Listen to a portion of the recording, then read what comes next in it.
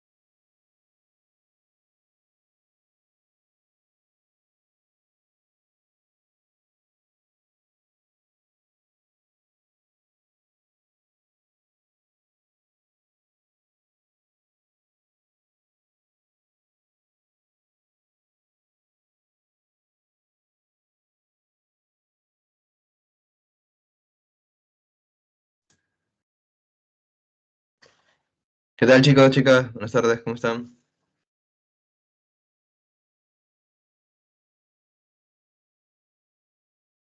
¿Qué tal? Cada vez que entro veo más personas viendo anime acá, ¿no? En sus fotos ahí, Doctor Stone. Buenas tardes, profesor. ¿Qué tal? Buenas tardes. ¿Qué más? Por ahí también ve, ¿cómo se llama esta última de los pandilleros mechándose? Eh, ya me olvidé su nombre, pero también estoy viéndolo. También, buen anime, buen anime. Un poco volador de repente, ¿no? Por el hecho de que no explican cómo es que estos chibolos aprenden a mechar, ¿no?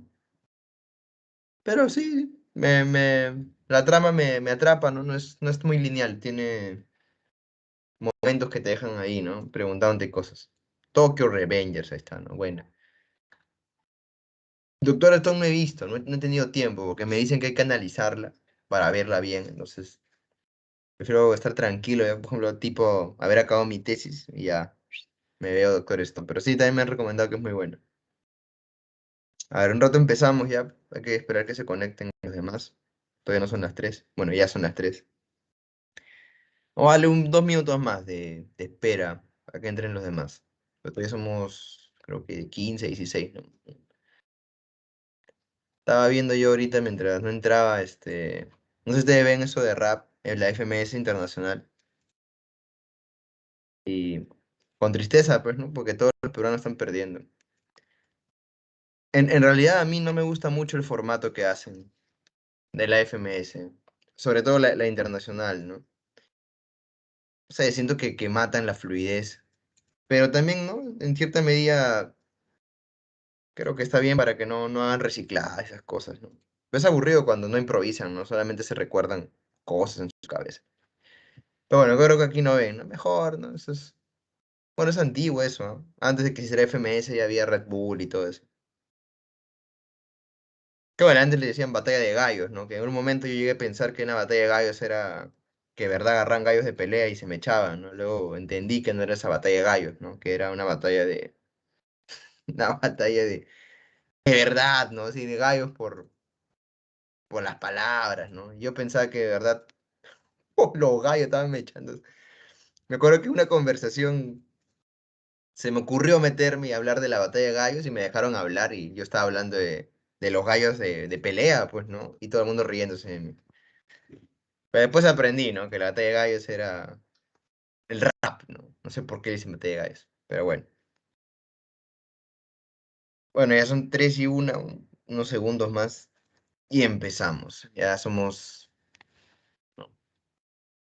Yo estoy feliz porque mañana me toca mi vacuna, por fin, ¿no? Por fin hubo gente que me dijo, no, te vas a vacunar en noviembre, en diciembre, en el 2022. Me dijeron, mañana me vacuno, ¿no? Contra todo pronóstico.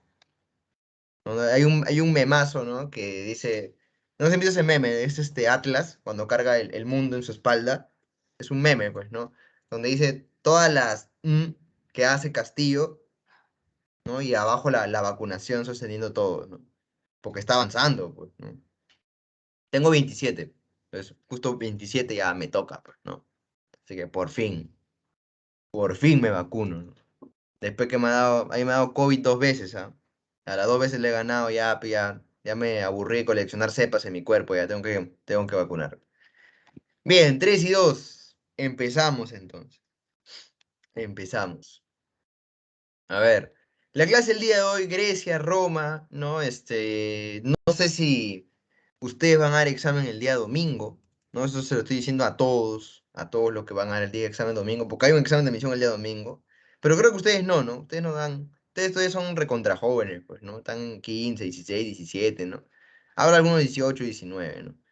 Pero bueno, en el caso que den, ¿no? Porque puede ser que den, este domingo hay examen, creo, ¿no? O el sábado, algo así es. No soy muy bueno con la memoria, pero sé que uno de esos días hay examen. Entonces, en el caso que den, ¿no? En el caso que den, recuerden que Grecia y Roma es fija para el examen de admisión, ¿no? Igual que Chavín, ¿no? Chavín siempre viene, es un clásico de examen de admisión. Así que, cuidado, he visto los exámenes del día sábado, del día viernes, los 2 días, ahí está, gracias Marcela, los 2 días. Y tengan cuidado, bueno, al menos en letras he visto que estaba un poquito complicada las preguntas, un poquito, ¿no? Porque te están haciendo pensar bastante la pregunta, lo cual me parece bien, porque la historia hay que pensarla, no solamente hay que memorizarla, no nos sirve mucho eso. Entonces, cuidado, repasen causas, ¿no? Consecuencias, etcétera. Vi una pregunta de la Revolución Rusa, 2 preguntas eran continuas. La de la Revolución Rusa estaba fácil, la de historia peruana sí estaba medio complicada, porque era sobre el, ¿cómo se llama? Ay, tiene un nombre. Sobre la Inquisición, era sobre la Inquisición, pero no le habían puesto Inquisición. ¿Qué le habían puesto? Requerimiento. Así que, cuidado, cuidado con eso, porque muchas veces o en la pre de la universidad va a buscar el nombre del otro para hacerte caer, ¿no? Como la vez que les mencioné lo de Siddhartha Gautama, ¿no? Que Siddhartha Gautama es, a ver, ¿quién es Siddhartha Gautama? A ver, al toque, respóndame, ¿quién es Siddhartha Gautama? ¿Qué me van a responder ahí? ¿Cuál es la chapa de Siddhartha Gautama? Ahí está, muy bien, muy bien. Si me ponías chacalón, te metí un cabezazo, ¿no? Buda, pues, no, Buda, muy bien. Y vino Siddhartha Gautama y la mayoría de personas, profesor de vida Buda, me dijeron, ¿no? Para meterle un cabezazo, ¿no? Porque vino Siddhartha Gautama, pues, ¿no? Eso es lo que iba a venir. Así que tengan cuidado, la pre, en este caso, sacó Inquisición y ¿qué puso? Requerimiento. Así que, por ahí, ¿no? Cuidado con eso. Bien, entonces empezamos la clase el día de hoy, siendo 3 y 5, esperando que se conecten mano. Ya pasamos el número 22, 23, ahí está, más 23 dice, ¿no? Si somos 20, 28, 29, ¿no? Conmigo 30. Bien, Grecia, ¿no? Esta clase es grande, gigante, Grecia, Roma. Grecia es una clase que puede durar 2 semanas, 3 semanas y cada día todavía haciendo una clase de Grecia, porque es extenso, ¿no? Es extenso. Y te imaginas a un griego aprendiendo historia de Grecia, de sufrir, ¿no? Porque, che, que Grecia es gigante, ¿no? Su historia, sobre todo. Bien. Entonces, lo que está mostrando aquí el mapa, en inicio, es para que tú te ubiques geográficamente dónde está Grecia, ¿no? ¿Qué partes de Grecia hay, ¿no? Las que están cercanas al mar Egeo, las que están cercanas a lo que es la zona del Asia Menor, ¿no? Las que están aquí, pero ya no está el cursor. Bueno, a ver. Qué raro, ¿no? No hay Han cambiado el modelo del PowerPoint, o estoy loco. Bueno, uy, no me sale.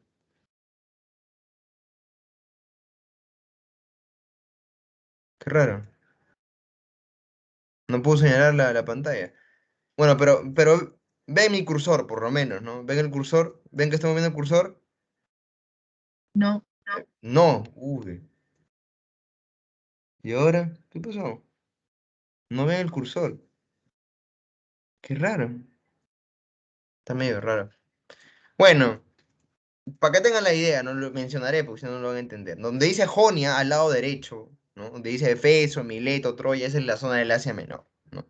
Asia Menor, toda esa zona donde dice Nosos, Creta, es la zona de islas, ¿no? Que tuvo Grecia, ¿no? Ahí están al inicio la mayoría de las culturas de Grecia, ¿no? Esa zona es llamada la zona peninsular, ¿no? Donde están los Balcanes, Esparta, Atenas, etcétera, ¿no? Y esta zona llamada la Magna Grecia es la zona que está pues no pegada a Italia, ¿no? Estas son las dos Sicilias, ¿no? Aquí. Y de ahí van a ser Roma, ¿no?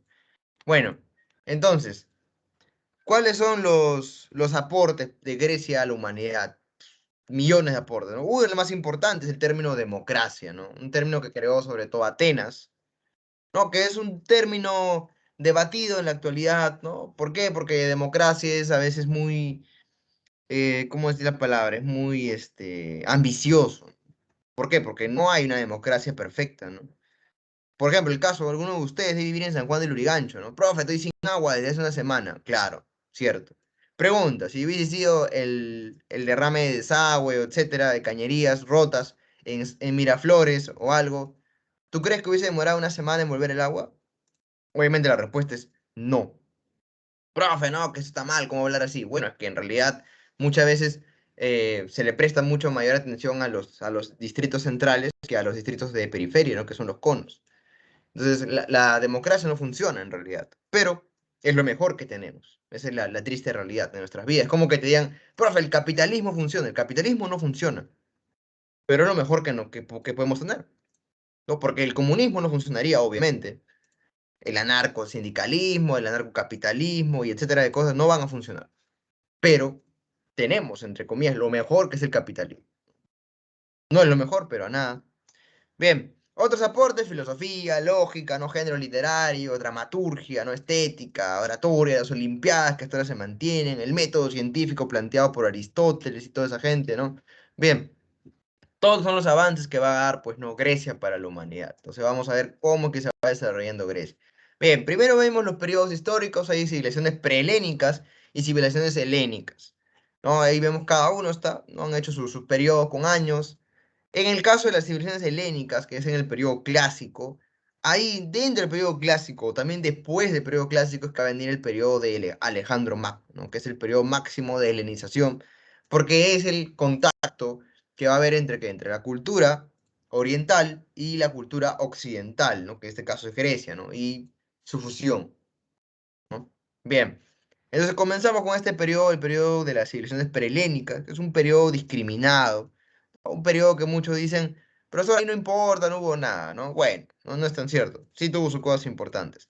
Primero, civilización cretense, que va del año 2500 a 1500 de Cristo, tiene otro nombre también, ¿no? ¿Alguien sabe cuál es el otro nombre de la civilización cretense?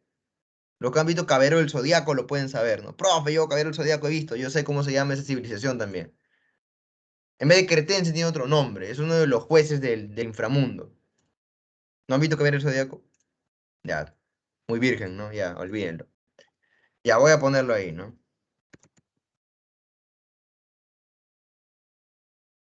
Talento mi internet, ahí está. Espera. Ah, ahí está, ¿no? Mi internet está lento, pero lo han puesto por ahí. Muy bien, ¿no? Ahí Marcela Patricia, excelente. Minoica, ¿no? Minoica, ¿por qué? Ahora que lo pongo ahí, ¿no? Porque viene de Minos. Profe, ¿quién es Minos? Uno de los tres jueces del infierno, ¿no? De Cabello Seco. No, mentira, es un rey que existe en Creta, un rey Minos, que tiene una historia fantástica, que dicen que él creó, pues, ¿no? Un laberinto, ¿no? Bueno, él no lo creó. ¿Quién fue? Dédalo, ¿no? Y su hijo. Crearon este laberinto donde entra Teseo y mata al Minotauro y salva a Adriana, etcétera, ¿no? Bien, entonces en honor a este señor Minos, que también se le llama civilización minoica, o sea, por ahí lo he mencionado muy bien, civilización minoica, es el nombre fantástico que se le pone, porque el rey Minos en verdad sí existió, pero tiene un cuento, como una fábula fantasiosa, ¿no? No sé si han visto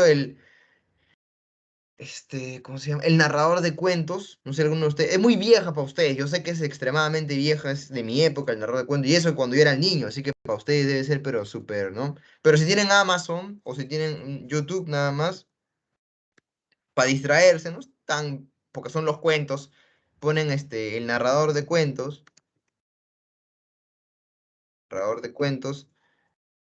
y ponen los cuentos griegos, ¿no? Son creo que 8 cuentos que te cuentan unos cuentos, valga la super mega redundancia de hablar de cuentos, y te cuentan cuentos, ¿no? Que son muy buenos. Por ahí dice, ¿no? Rosaura, yo sí lo vi, excelente, ¿no? Muy buena, muy entretenido, ¿no? Bien, entonces vamos a hablar un poquito de la civilización cretense, una cosa pequeña nada más porque nadie la considera, pero en realidad la civilización cretense fue importante, ¿no? Según los arqueólogos, tuvo 4 periodos de periodización, ¿no? Prepalacial, protopalacial, neopalacial y pospalacial. Ninguna viene en el examen de admisión, así que tranquilo, solo estoy mencionando nada más, ¿no? Bien, cosa importante de ellos, la talasocracia, ¿no? Profe, ¿qué es la talasocracia? La talasocracia es el gobierno de las personas del mar, ¿no? Pero ¿por qué? Porque ejercen su poder sobre el mar. ¿En qué sentido? Mediante flotas en comercio, ¿no? En este caso, las primeras, esta civilización minoica tenía comercio. Muchos creen que en realidad solamente se dedicaron al comercio, ¿no? Profe, eran comerciantes, de eso vivían. Falso. ¿No? Falso, así como en Perú que te dicen que los chinchas fueron comerciantes y que fue su actividad principal el comercio, eso es mentira, ¿no? La actividad principal en Chincha fue la agricultura. Y otra de las actividades, también, ¿cuál fue?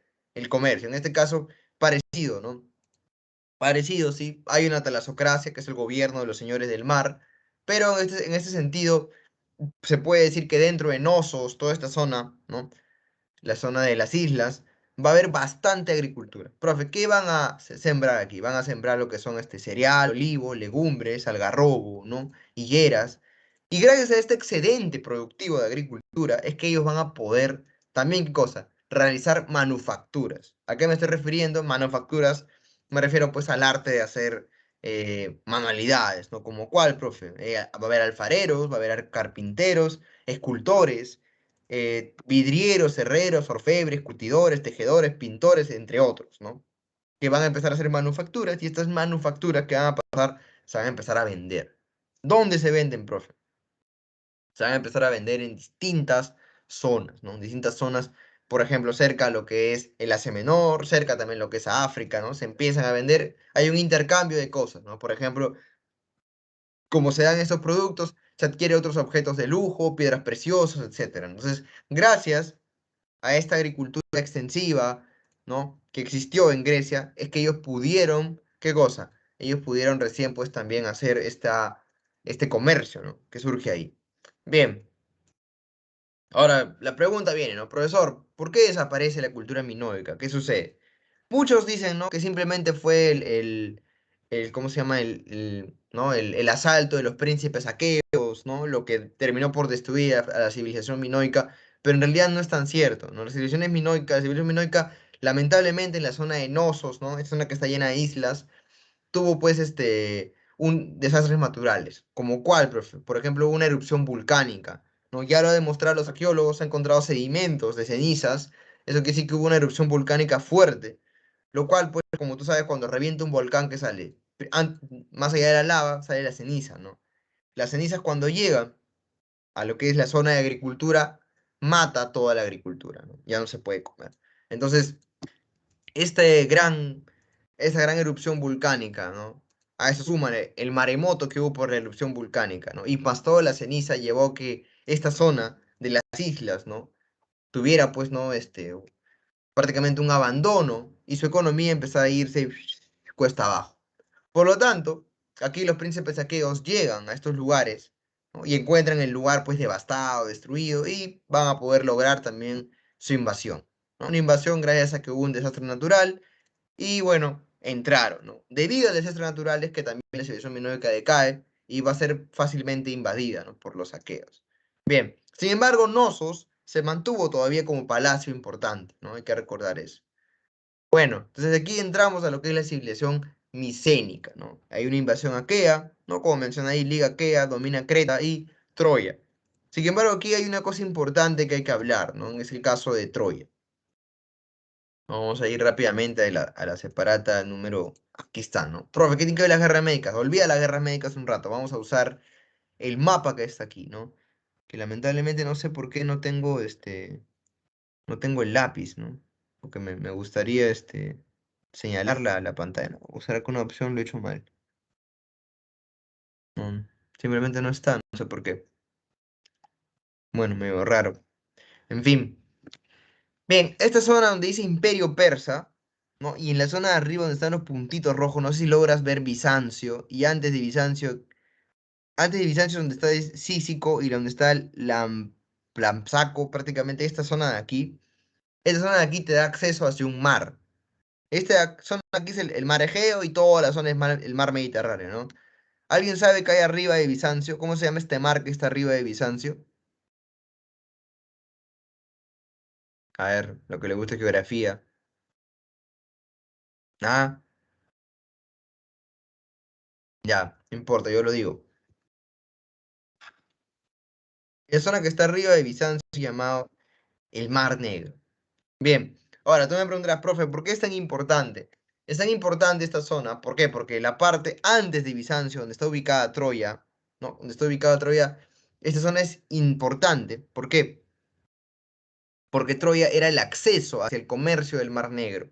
Pero no solamente era importante el acceso hacia lo que era el Mar Negro, no solamente por el hecho de que hubiera ahí colonias con las cuales comerciar, ¿no? Sino que dentro de lo que está esta zona, para entrar al Mar Negro, ¿no? Que era la entrada a la protegida Troya, en toda esa zona pues no vamos a encontrar minas, van a haber minas, ¿no? Entonces, la mayoría de los reyes micénicos lo que buscaban con la destrucción de Troya era poder tener acceso, ¿qué cosa? A las minas de Troya, ¿no? A las minas que estaban ubicadas en esa zona, ¿no? Donde estas minas, pues, no eran lugares que ellos perseguían para poder también realizar un tipo de comercio mucho más grande. Entonces, en realidad, esto que te han dicho, pues, ¿no? De que Troya fue una pelea por Helena, no, no es tan cierto, ¿no? Bueno, en realidad es un cuento nada más. Ahora, ¿por qué menciono esto? ¿Por qué lo enfatizo? Porque ya viene en pregunta examen de admisión lo que estoy mencionando, ¿no? Ya viene en pregunta examen de admisión esto sobre por qué se invadió Troya, ¿no? ¿Cuáles fueron las causas de la invasión a Troya?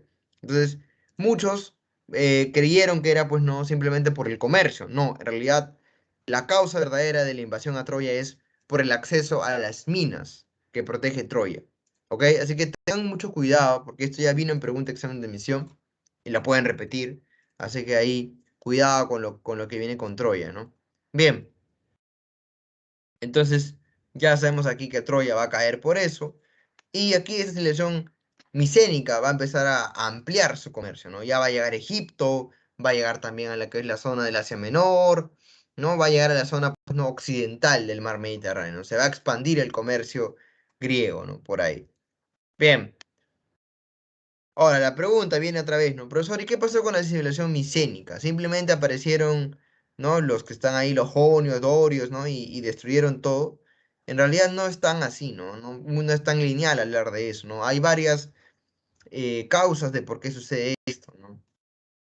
Como cuáles, causas externas más que todo, ¿no? Por ejemplo, externas, ¿qué puede ser, ¿no? Eh, Fenómenos naturales, ¿no? ¿Cómo qué? Como terremotos, cambios climáticos, sequías, ¿no? Y eso hay que sumarle los conflictos internos que van a haber ahí, ¿no? ¿Por qué? Aumento de la demografía, desestabilización económica, enfrentamientos sociales, etcétera, ¿no? Ahora, la evidencia arqueológica, ¿cómo te dice que hubo ahí un enfrentamiento social? Porque se encontró la mayoría de los palacios quemados, incendiados. Obviamente no lo va a incendiar la persona que vive adentro, ¿no? Sino que lo va a incendiar las protestas, ¿no? Incendiaron los lugares, ¿no? Los palacios que estaban ahí, que eran importantes, ¿no? Por lo tanto, ahí se da cuenta que hubo, pues, ¿no? Un enfrentamiento social álgido, ¿no? En estas clases que existían aquí. Entonces, ya con estos conflictos, ¿no? Más las sequías, etcétera, ya la civilización micénica estaba decayendo.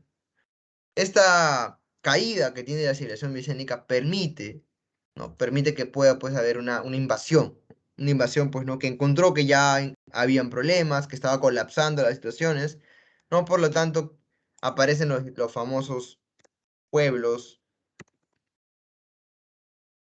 pueblos del mar, ¿no? Estos pueblos del mar son los que invaden, ¿no? Que estamos refiriéndonos aquí a los jonios, eolios y dorios, ¿no? Que van a invadir pues esta zona de prácticamente todo Grecia y van a dar por terminado la civilización prehelénica, ¿no? Ahora, todo este periodo donde ingresan y van a estar en constante batalla y constante pelea, va a ser llamado, ah, disculpen, va a ser llamado el periodo oscuro, ¿no? Vamos a ver aquí un periodo oscuro, que en realidad muchos enfatizan aquí que el periodo oscuro fue una época donde no hubo nada trascendental, que la cultura se atrasó, que ahí quedó todo, bueno, en verdad no es tan cierto, ¿no? Este periodo oscuro que va a dar paso al periodo arcaico, vamos a ver, pues, ¿no? Que ya hay un tipo, ¿no? De creación de polis. No estamos hablando ya de una polis constituida, pero en este periodo oscuro ya vemos que se van juntando las polis, ¿no? Ya van apareciendo un tipo de polis, un tipo de organización totalmente diferente, ¿no? Ahora hay que recordar que en esta época oscura también vamos a ver los primeros Juegos Olímpicos, ¿no? Es decir, tampoco es que la época oscura no hubo nada, ¿no? Ahí apunta, ¿no? En esta época oscura se dan los Juegos Olímpicos, ¿no? Bien, y también Grecia va a empezar a orientalizarse. Profe, ¿qué significa eso? ¿Qué vamos a ver? Pues, ¿no? Que Grecia va a fijar su mirada hacia la zona oriental, ¿no? Es decir, hacia el Asia Menor, ¿no? Bien. Entonces, ya nos damos cuenta ahí que el camino hacia el paso, ¿no? De lo que es lo arcaico, ¿no? La civilización arcaica, nos damos cuenta que ya hay un formamiento, hay una formación de cultura, una formación de polis, ¿no? Que se va a consolidar cuando entremos en el periodo arcaico. En este periodo arcaico que vemos aquí del 800 al 490 a.C., nacen ya las polis consolidadas, ¿no? ¿Qué son las polis? Las polis, ¿no? Como dice ahí, unidad, ¿no? Pues la poli es un lugar consolidado que tiene instituciones, tiene un tipo de gobierno, un tipo también un tipo de ver la economía, un tipo también, ¿no? de fuerza militar, ¿no? Y todo esto va a juntar lo que son idioma, religión, costumbres, ¿no? Por eso que hay polis diferentes, ¿no? Pero las polis más representativas, ¿cuáles fueron? Atenas y Esparta, ¿no? Bien. Ahora, en este periodo llamado de colonización, en periodo de colonización, Grecia se expande, ¿no? Entonces, en este mapa que estamos viendo aquí, no todo lo que estamos viendo, esa es la expansión máxima que tuvo Grecia. Todo lo que ves ahí. Gracias bueno, ¿en qué periodo se dio? En el periodo de colonizaciones, ¿no? Bien, en el arcaico, no me vayas a olvidar. Bien, entonces pasamos a que podemos hablar del periodo clásico, que es el periodo más conocido de Grecia, donde va a surgir la máxima hegemonía de dos polis, ¿no? Atenas y Esparta, que siempre van a estar en conflicto ellos dos, ¿no? Bien, entonces, vamos con la primera, Esparta, ¿no? Que seguro muchos de ustedes deben de haberla, pues, no visto, ¿no? De repente han visto la película 300, que tiene algunas cosas ficticias, ¿no? No todo es totalmente cierto lo que vamos a ver en 300, ¿no? Si bien, pues, hay cosas que son verdaderas, como el caso, pues, ¿no? De la formación que tienen los niños espartanos, o la falange que representa Esparta, hay que darnos cuenta que también aquí no todo es verdadero, ¿no? No todo. Por ejemplo, el hecho de los... No sé si vieron esa parte cuando Leónidas va a hablar con los eforos, ¿no? No sé si se acuerdan, ¿no? Esa parte cuando Leónidas va a hablar con los eforos, son unos viejitos, ¿no? Medio mañosos que están ahí, ¿no? Hablando cosas, ¿no? Bueno, que en realidad no aporta mucho a la realidad histórica, ¿no? ¿Por qué? Porque los eforos son parte del gobierno y no son cinco viejitos que están ahí, ¿no? Fumando y haciendo locura, no es eso. Pero vale la pena verlo como para entender un poco lo que es la falange espartana, ¿no? Y cómo estuvo, pues, ¿no? Constituida. Bien, en este caso, ¿no? En este cuadrito no está bien explicado, así que vamos dos cuadros más adelante. Aquí he hecho un cuadro y yo lo he agregado donde vemos los sistemas políticos tanto de Esparta como de Atenas, ¿no? En este caso de Esparta, vemos, ¿no? Que hay una monarquía espartana que está conformada por dos reyes. Estos dos reyes eran elegidos de dos dinastías, ¿cuál? La Ágida y la Europontida, ¿no?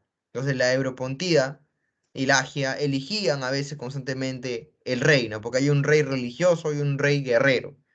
Entonces podría ser que de alguna vez salga de lo que es la Lágida un rey religioso o un rey guerrero, ¿no? Se turnaban a veces. Bien, ahora, no es que como hubiera un tipo de monarquía, no es que vamos a ver aquí que tanto el rey, ¿no? El rey militar como el rey religioso son los que mandan. En realidad no. No son ellos dos los que tienen el poder absoluto de todo este gobierno espartano, ¿no? ¿Quiénes eran los que tenían mucho más poder? Eran los eforos. ¿No? Cinco eforos que eran elegidos, pues, en cierta medida de los pueblos más representativos de Esparta.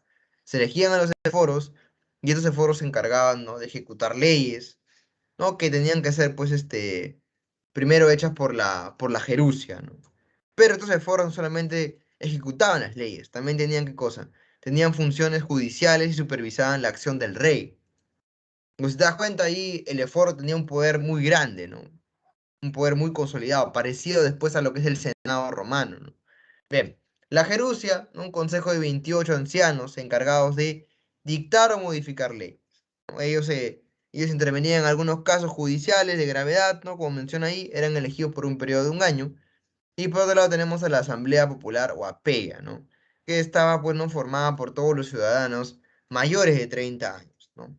Bien, ¿no? Aprobaban o vetaban las propuestas legislativas de la Jerusalén. Bien, entonces nos damos cuenta aquí que el que tenía mucho más poder dentro de este sistema político espartano, ¿quién era? ¿No?, los eforos, ¿no? Los 5 eforos elegidos. Que si bien eran ratificados, ¿no?, y elegidos por la Asamblea Popular o Apeya, hay que recordar que ellos tienen también un poder muy grande, como es el de ejecutar las leyes y también como supervisar la acción de los reyes que estaban, pues, gobernando, ¿no? Bien. Ahora, vamos a lo que es la organización social de Esparta, ¿no? En este caso, vemos 3 tipos de organización social, como es el Moi, el Perieco y los Ílotas, ¿no? Ahora, vamos al principal, ¿no? El Omoi. ¿Por qué digo el principal? Porque del Omoi era donde se formaban, pues, ¿no?, el cuadro militar espartano, ¿no? Este cuadro militar espartano que recibía un tipo de educación espartana muy fuerte, ¿no? ¿Cuál? ¿De qué estoy hablando? Del sistema educativo espartano llamado la Agogé, ¿no? Que es un sistema, pues, donde todos los homois, ¿no?, con excepción solamente de los herederos reales, tenían que recibirla. En este caso, los homois desde niños eran prácticamente educados en ese sistema llamado la Ágoge, ¿no? Vamos a anotarlo. Agogé. Ahora, ¿de qué trataba ese sistema de Agogé? Ese sistema de Agogé, pues, ¿no?, desde niño verificaban si eras apto para poder, pues, pertenecer a lo que eran los homois. Profe, ¿cómo verificaban eso? Los ancianos, como tus padres, verificaban, pues, ¿no?, si tú eres una persona apta para poder pertenecer a un cuerpo militar. En el caso de que tu salud y configuración física no eran aptas ni aprobados, ¿qué pasaba? El recién nacido tenía que ser, pues, no, eliminado. Así de simple, ¿no? Lo mataban al recién nacido, ¿no? Una locura era esto. Entonces, este recién nacido era arrojado, ¿no?, a lo que son los depósitos de los expuestos, en este barranco llamado, pues, ¿no?, del Monte Taigueto, ¿no? El Monte Taigueto, si tú, pues, no eras una persona apta para poder pertenecer al cuerpo militar de los espartanos, agarraban a tu bebé y lo tiraban a un monte. Obviamente, pues, no servías para nada. Bien, una vez que ya eres aprobado, ¿no?, estabas con tu madre hasta los 7 años. Pasados los 7 años, el niño tenía que abandonar la casa e ingresar a uno de los cuarteles, ¿no? Ingresabas a un cuartel bajo la supervisión del Estado que te daba un tipo de educación, una educación colectiva con otros jóvenes. Sin embargo, a los 12 años ya eres instruido de forma, pues, ¿no?, en lo que es un llamado a la instrucción militar, ¿no? Aquí te enseñaban a manejar armas, ¿no? Te enseñaban a pelear, te enseñaban a también formar parte de lo que era la falange espartana, ¿no? Bien, y una vez que ya cumplías los 20 años, ¿no? Una vez que ya habías cumplido los 20 años, ya había forma, ¿no?, de que en cierta medida tú ya pudieras pertenecer al ejército, ¿no? Una vez que ya pertenecías al ejército, ¿qué pasaba? Ibas a las primeras campañas militares y estabas mirando o ayudando como escudero o en la parte de atrás de la falange, ¿no? Tenías que ver cómo se formaba la falange, ¿no? Y ya una vez que ya estabas en las primeras campañas militares, ya a partir de ese momento ya pertenecías al cuerpo militar espartano, ¿no? Bien, entonces ya aquí vemos, pues, ¿no?, algo trascendental, ¿no? Que prácticamente, pues, un espartano para entrar en guerra era formado desde una temprana edad, ¿no? Por eso su eficacia para poder pelear, ¿no? Bien, entonces de esta forma ya vemos, pues, ¿no?, cómo estuvo conformado, ¿no?, eh, la educación militar espartana. Bueno, ahora muchos se preguntarán, ¿no? Profesor, ¿y qué pasaba con la gente que se escapaba, que no quería hacer no quería recibir el entrenamiento, o cuando iba a la guerra se escapaba, etcétera? Bueno, ahí hay otras divisiones también de la población.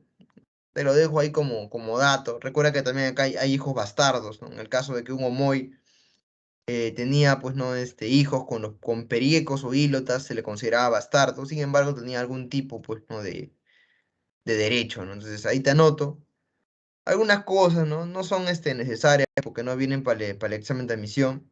que no te preocupes, pero como datos interesantes te pongo algunas cosas de otro tipo de personas que estaban dentro de la organización social espartana, ¿no? Bien, ahora vamos con Atenas, ¿no? Atenas considerado la cúspide de la democracia, etcétera, ¿no? En este caso, Clístenes va a ser la persona que, ¿no? Organiza todo este sistema hecho, ¿no? Esta organización política, ¿no? Por eso lo consideran el padre de la democracia.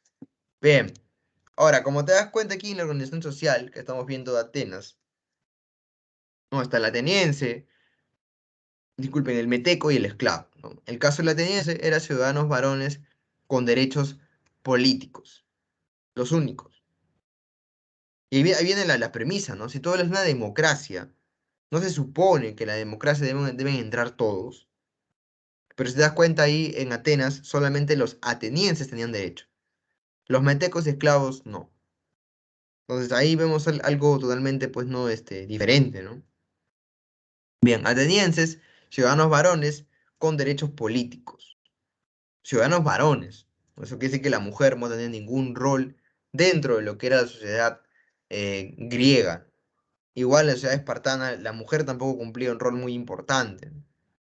Entonces ya desde aquí vemos pues, ¿no? Que lamentablemente a la mujer se le va quitando un rol que antes había tenido, ¿no? Por ejemplo, en Mesopotamia la mujer tenía roles importantes, ¿no? En Egipto vemos que hay también faraonas, ¿no? En el caso también de lo que vemos aquí en las culturas prehispánicas, vemos que también hay mujeres que son gobernantes, como es el caso de la dama de Cao, ¿no?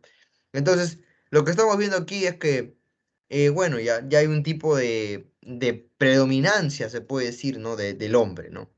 Lamentablemente, lo vuelvo a decir, ¿no? Bien, ciudadanos varones con derechos políticos. En base a eso es que se forma esta organización política, que lo vamos a ver aquí más adelante, que está mejor explicado.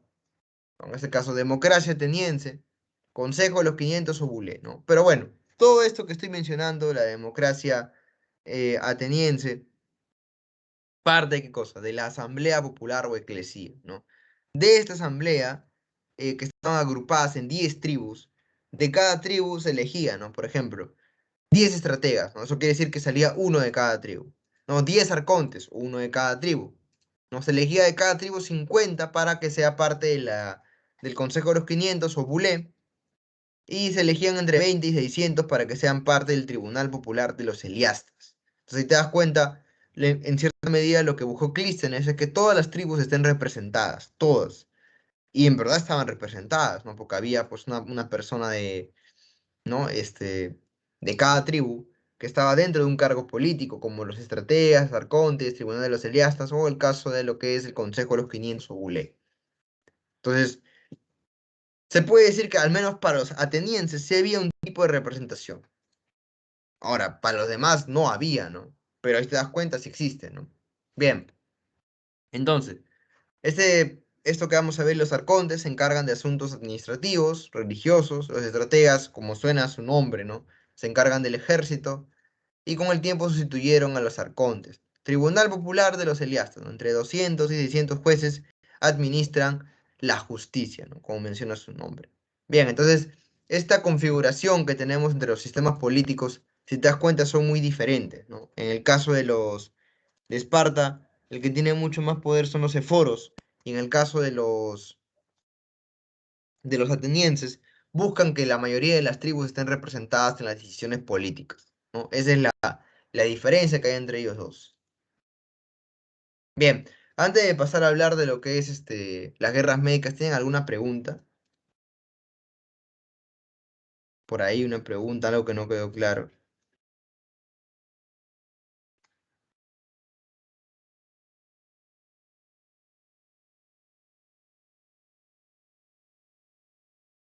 Nada. Bien, tomaré su silencio como que han entendido. Pero si tienen alguna pregunta, pueden preguntarme cuando quieran. Hay una pregunta. Profe, ¿Roma y China tuvieron algún tipo de contacto? Mm, es una muy buena pregunta, muy buena pregunta. Sí tuvieron un tipo de contacto. ¿Por qué me viene la pregunta? Bueno, todavía no llegamos a Roma, pero rápidamente le respondo. Pero este mapa está horrible. Este mapa está mejor. Mira, esta zona que dice el Imperio Persa. y más arribita donde dice Bizancio, es donde se conecta prácticamente la zona oriental y la zona occidental. En otras palabras, Europa y Asia. Entonces, para esa época, la ruta de la seda ya existía, ¿no? Ya había un comercio en caravanas. ¿Entre quiénes? Entre asiáticos, ¿no? Musulmanes y chinos. Pero también llegaban algunas especies hacia dónde? Hacia la zona de Occidente. ¿Mediante qué? Mediante la ruta de la seda. Entonces, si tú me dices, profe, Roma y China tuvieron algún tipo de contacto, contacto más que todo comercial, porque las conquistas de Roma no llegaron hasta China, para nada. No, no llegaron a China, ¿no? Hay que recordar que Alejandro Magno tampoco llega a tener contacto con los chinos, ¿no? A pesar que Alejandro Magno se expandió prácticamente cerca, ¿no? Llegó a la India, no llegó a tener contacto con los chinos directamente, por ejemplo, en guerra, ¿no? Pero el contacto comercial sí existe, ¿no? Sí existe aquí. Bien, buena pregunta. Eh, si tienen alguna pregunta más, pregunten con confianza. Yo sé que este tema genera demasiadas preguntas. Bien, entonces vamos a esta parte, ya aquí vamos a ver lo que es prácticamente el fin, ¿no? de la hegemonía de las grandes polis, me refiero a Atenas y Esparta, ¿no? Porque empieza el comienzo de las grandes guerras, ¿no? En este caso las guerras médicas, ¿no? Guerras médicas que vamos a ver aquí. Ahora, te preguntarás, profe, ¿y por qué suceden las guerras médicas? Bueno, es costumbre del humano, ¿no? Pelearse por hegemonía, pelearse por territorios, así que no debería de sorprendernos. Bueno, en este caso, vamos a ver aquí que empieza, pues, ¿no? Una disputa ¿entre qué? Entre el Imperio Persa y entre Grecia, ¿no? En este caso, el señor Darío I, que había sido la persona que había logrado expandir prácticamente todo el imperio persa, ¿no? Porque la pre ya no lo dice, ¿no? Y en realidad ya ni viene en pregunta de examen de admisión, pero hay otras culturas que se desarrollan a la par de Grecia, Roma, ¿no? Etcétera, como es el imperio persa, ¿no? Como es China también, como es el imperio mongol, ¿no? Y etcétera, de culturas importantes que no se han mencionado, pero que tienen trascendencia. En este caso, el Darío fue uno de los, o fue, ¿no? Uno de los más grandes conquistadores, ¿no? Entonces, Darío se había expandido y había llegado hasta la zona, ¿no? del Asia Menor y estaba pensando invadir, ¿no? Lo que era la zona occidental. Por eso, profe, ¿Herodoto era de Grecia o cómo así fue que escribió sobre la Guerra Media? Sí, Herodoto era de Grecia. Justo Herodoto fue de los que estuvo, pues, ¿no? En esta, cercano a lo que fue el siglo de Pericles, ¿no? Entonces, Herodoto escribió prácticamente las guerras médicas, ¿no? Y ahí viene el error, ¿no? Muy buena pregunta. Se llama guerras médicas. Entonces, profe, ¿por qué se llaman guerras médicas si pelearon contra el imperio persa? Bien, porque Herodoto en su libro escribe que están peleando los medos contra Grecia, pero no son los medos es otro tipo de cultura, que no son los persas, ¿no? Entonces, ellos creyeron que estaban peleando contra los medos, pero en verdad no, era contra los persas. Entonces, por este error que tiene Herodoto en su libro es que se llamó guerras médicas. Pero en verdad no tiene nada que ver, no son contra los mismos persas, ¿no? Buena pregunta, sí, Herodoto es de Grecia y efectivamente él fue el que escribió estas guerras médicas, ¿no? Por eso que se sabe con exactitud los días de la batalla, las causas de la batalla, ¿no? Hay que recordar que Herodoto es algo importante en la historia. ¿Qué es Herodoto en la historia? Al inicio, en la primera clase, lo mencionan. Herodoto es El primero en describir un conflicto. El padre de ya la muy historia. bien. Ah, ahí está, muy bien. Pero lo que mencionaste también, importante. Gracias por haberlo dicho. Los dos respuestas muy buenas. Herodoto es el primero en mencionar conflictos y también es el padre de la historia por eso, ¿no? Porque es el primero en anotar un tipo de conflicto bélico, pero ya esto para la historia misma, ¿no? Para los historiadores es importante porque Herodoto trata de buscar causas humanas a la guerra, ¿no? En otras palabras, la típica cuando hay conflictos bélicos es decir, no, que este me insultó, que este lo otro, ¿no? Que se dio porque este era avaro, no. Herodoto trata de buscar que las causas verdaderas de las guerras médicas es por los mismos humanos, que el humano es que busca la guerra por un motivo X. Y hay causas de guerra, ¿no? No es porque yo me creo superior, etcétera, ¿no? Hay un motivo detrás de algo, ¿no? Y esto es importante para la historia, ¿no? Porque la historia no trata de explicarte o narrarte hechos, no trata de explicarte por qué pasaron estos hechos. Ahora me pregunta ahí, dice, Entonces, si en el examen preguntan el motivo del por qué se les llamó guerras médicas, sería por error del otro. Puede ser, es muy probable, pero no vienen esas preguntas, ¿no? No te preocupes, no va a venir algo así. Ha venido pero hace 20 años, ¿no? Cuando las preguntas no eran deco, ¿no? Cuando las preguntas eran quién descubrió América, en qué año sucedió la Primera Guerra Mundial, ¿no? Cuando todo era memorístico. Ahora no es tan memorístico, pero si viniera una pregunta así sería, pues, ¿no? Que las guerras médicas fueron llamadas porque Herodoto les puso ese nombre, ¿no? Guerras médicas, ¿no? Sí, esa sería la respuesta, ¿no?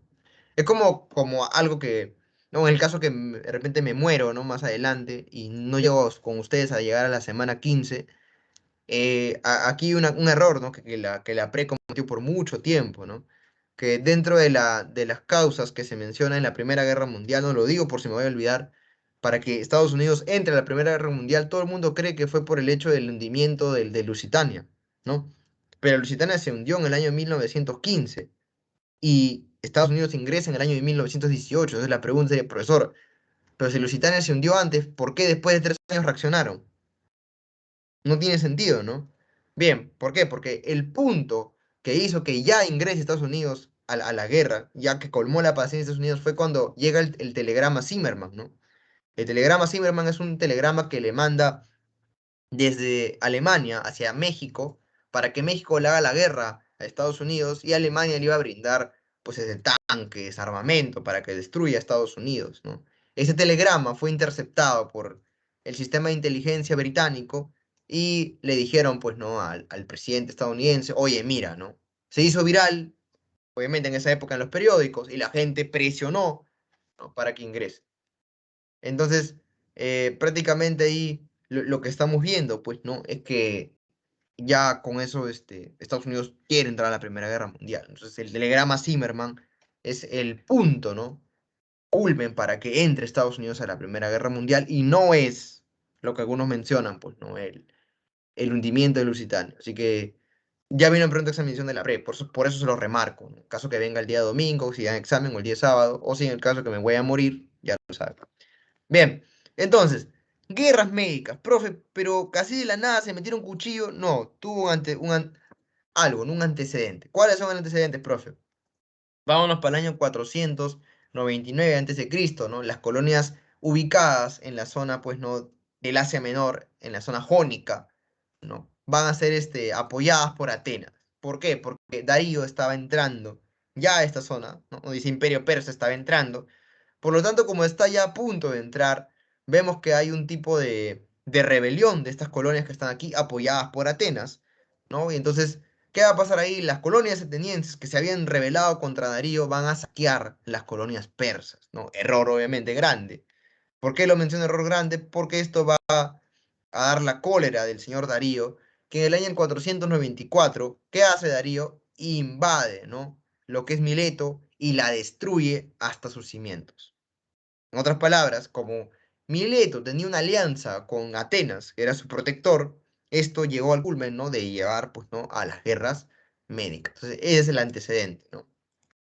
La destrucción, pues, ¿no? De las colonias de Mileto. Entonces, ahí se lo voy a apuntar, ¿no? Por si vienen preguntas, examen de admisión y dicen por la culpa del profesor Renzo no ingresé, no va a ser por mi culpa, ¿no? Va a ser porque tú no lo copiaste, ¿no? Pero ese es el antecedente de antes de que suceda las guerras médicas, ¿no? Hay ya una invasión del señor Darío primero. Recuerda que Darío tiene un nieto, Darío III, que es el que se mecha con Alejandro Magno. Bien, entonces ahí está, ¿no? Ahí está la cronología de los hechos. Y ya a raíz de eso que Darío ha sofocado la sublevación, destruye Mileto, es que ya a raíz de eso vemos, pues, ¿no? De que ya suceden las guerras médicas. Entonces, la primera fase de la guerra médica es la batalla de Maratón. Profe, ¿por qué se le llama Maratón? Ya ahorita te voy a contar por qué se le llama así. Pero bueno, 494 a.C. No, disculpe, 490 a.C., que es, creo que ahí no han puesto la fecha, pero en tu separata de la pre van a haberlo puesto. A ver, vamos a ver. A ver. mm, Bueno, no han puesto, ¿no? Un error que comete cualquiera, vamos a ponerlo nosotros, ¿no? Si quieren, ya saben, pueden seguir en mi canal de YouTube, ¿no? Cuando la pre no diga nada. No, mentira, no tengo canal de YouTube. Es lo mío. Bien, 490 antes de Cristo sucede lo que es ya el conflicto, pues, ¿no? Inminente, que es llamada la batalla de Maratón, ¿no? Así el ejército persa cruza, llega una expedición por el Egeo, ¿no? Y va a ser derrotado en Maratón, ¿no? Profe, ¿quién gana esta batalla? Gana el general ateniense Milciades, ¿no? ¿Dónde puedo ver eso? Puedes verlo en 300 la parte 2, ¿no? Que es el nacimiento de un imperio, ¿no? Ay, pero no sé, profesor, ¿podría volver a explicar la razón de la invasión con el caballo de Troya? Ah, con el caballo de Troya, no, ese es bueno, es parte de es parte de un cuento, ¿no? De Homero, la Odisea, que plantea que entraron a Troya con un caballo, ¿no? Es parte del cuento, pero en realidad, bueno que lo menciona tu compañera, ¿no? Lo de las murallas de Troya es falso, ¿no? Ya se ha demostrado, los arqueólogos han buscado los sedimentos, ¿no? Y se ha encontrado que hay hasta 7 ciudades de Troya, ¿no? Una encima de otra, obviamente, y no se encontró murallas. En otras palabras, Troya no tenía murallas, ¿no? Como menciona Homero en la Ilíada, disculpen, ¿no? Y bueno, lo del caballo de Troya no es más que todo un mito, ¿no? Lo del caballo de Troya, pero lo que sí importa, como mencioné un inicio de Troya, es que la invasión a Troya se da porque quieren algo, ¿no? Quieren el acceso al comercio del Mar Negro, pero sobre todo quieren el acceso a las minas que tiene Troya, ¿no? Esa es la verdadera razón, ¿no? Las minas que tiene Troya, ¿no? Más que todo eso. Lo demás ya, lo de la Ilíada es chévere, ¿no? Si quieren les recomiendo, ¿no? La película Troya, ¿no? Donde ahí sale Brad Pitt, pues, ¿no? Pepón, ¿no? Pepón, así todo. Película donde sale más Pepa de todas, ¿no? Todo malo, ¿no? Le meten un flechazo en la canilla y se muere, ¿no? Bueno, Troya en realidad peleaba porque la iban a invadir, ¿no? Es decir, de hecho que Troya no puede hacer nada, ¿no? Es una invasión masiva, ¿no? Es decir, de hecho quieren tener el lugar donde está Troya, ¿no? ¿Por qué? Porque les digo que Troya es un lugar estratégico para el comercio, para las minas y para el acceso a las colonias que estaban ubicadas en el Mar Negro, ¿no? Bien, por eso que Troya lamentablemente estaba en un lugar donde igual le iban a meter cuchillo, ¿no? Así que tuvo que defenderse. Troya peleaba más que todo por la defensa, ¿no? Es como cuando tú me preguntas, profesor, ¿por qué invaden Perú? Es porque tiene salitre, ¿no? Esa es la realidad, ¿no? Y Perú tiene que defenderse, pero por error propio de los peruanos, ¿no? No debieron haber entrado en la guerra. Ese es al menos mi... Siempre que me preguntan, profe, ¿Perú debió entrar a la guerra? No. ¿Por qué? Porque no teníamos ni una ametralladora, ¿no? Ni una pistola, no teníamos nada. Entonces, ¿para qué íbamos a entrar a una guerra? Pero lamentablemente nos tocó defendernos y nos defendimos mal también. Es otra verdad, ¿no? Me estoy viendo si tienen receso y me acabo de acordar que tenemos 2 horas de largo, ¿no? Bien. ¿Quiénes los invadieron? Fueron la civilización micénica, ¿no? Ahí lo mencionamos. Espérate, volvemos acá, donde dice micénico, Liga Aquea, dice ahí, ¿no? Liga Aquea domina Creta y Troya, ¿no? La Liga Aquea, que estaba pues conformada por las pequeñas polis que estaban ubicadas aquí, ¿no? En Corinto, Argos, Esparta, ¿no? Invaden, pues, ¿no? Lo que es toda esta zona de las islas y también invaden la zona jónica, donde está Troya, ¿no? Ahí está Troya, también lo invaden, ¿no? Entonces, la civilización micénica nace, ¿no? Por la Liga Aquea, que es la conformación de varias, bueno, no polis, ¿no? Pequeñas ciudades, porque no son polis, que invaden, pues, ¿no? Troya, ¿no? Por su lugar estratégico económicamente, ¿no? Bien, continuamos entonces. A ver, ¿dónde me quedé? ¿Dónde me quedé? Ya. Batalla maratón pierden, ¿no? El general ateniense Milciades gana la batalla. Se le llama maratón porque dicen que hubo un soldado que tuvo que correr para poder avisar que estaban invadiendo, ¿no? Y pedir refuerzos, ¿no? Y el pata, pues, no logró descansar, ¿no? Sino que corrió.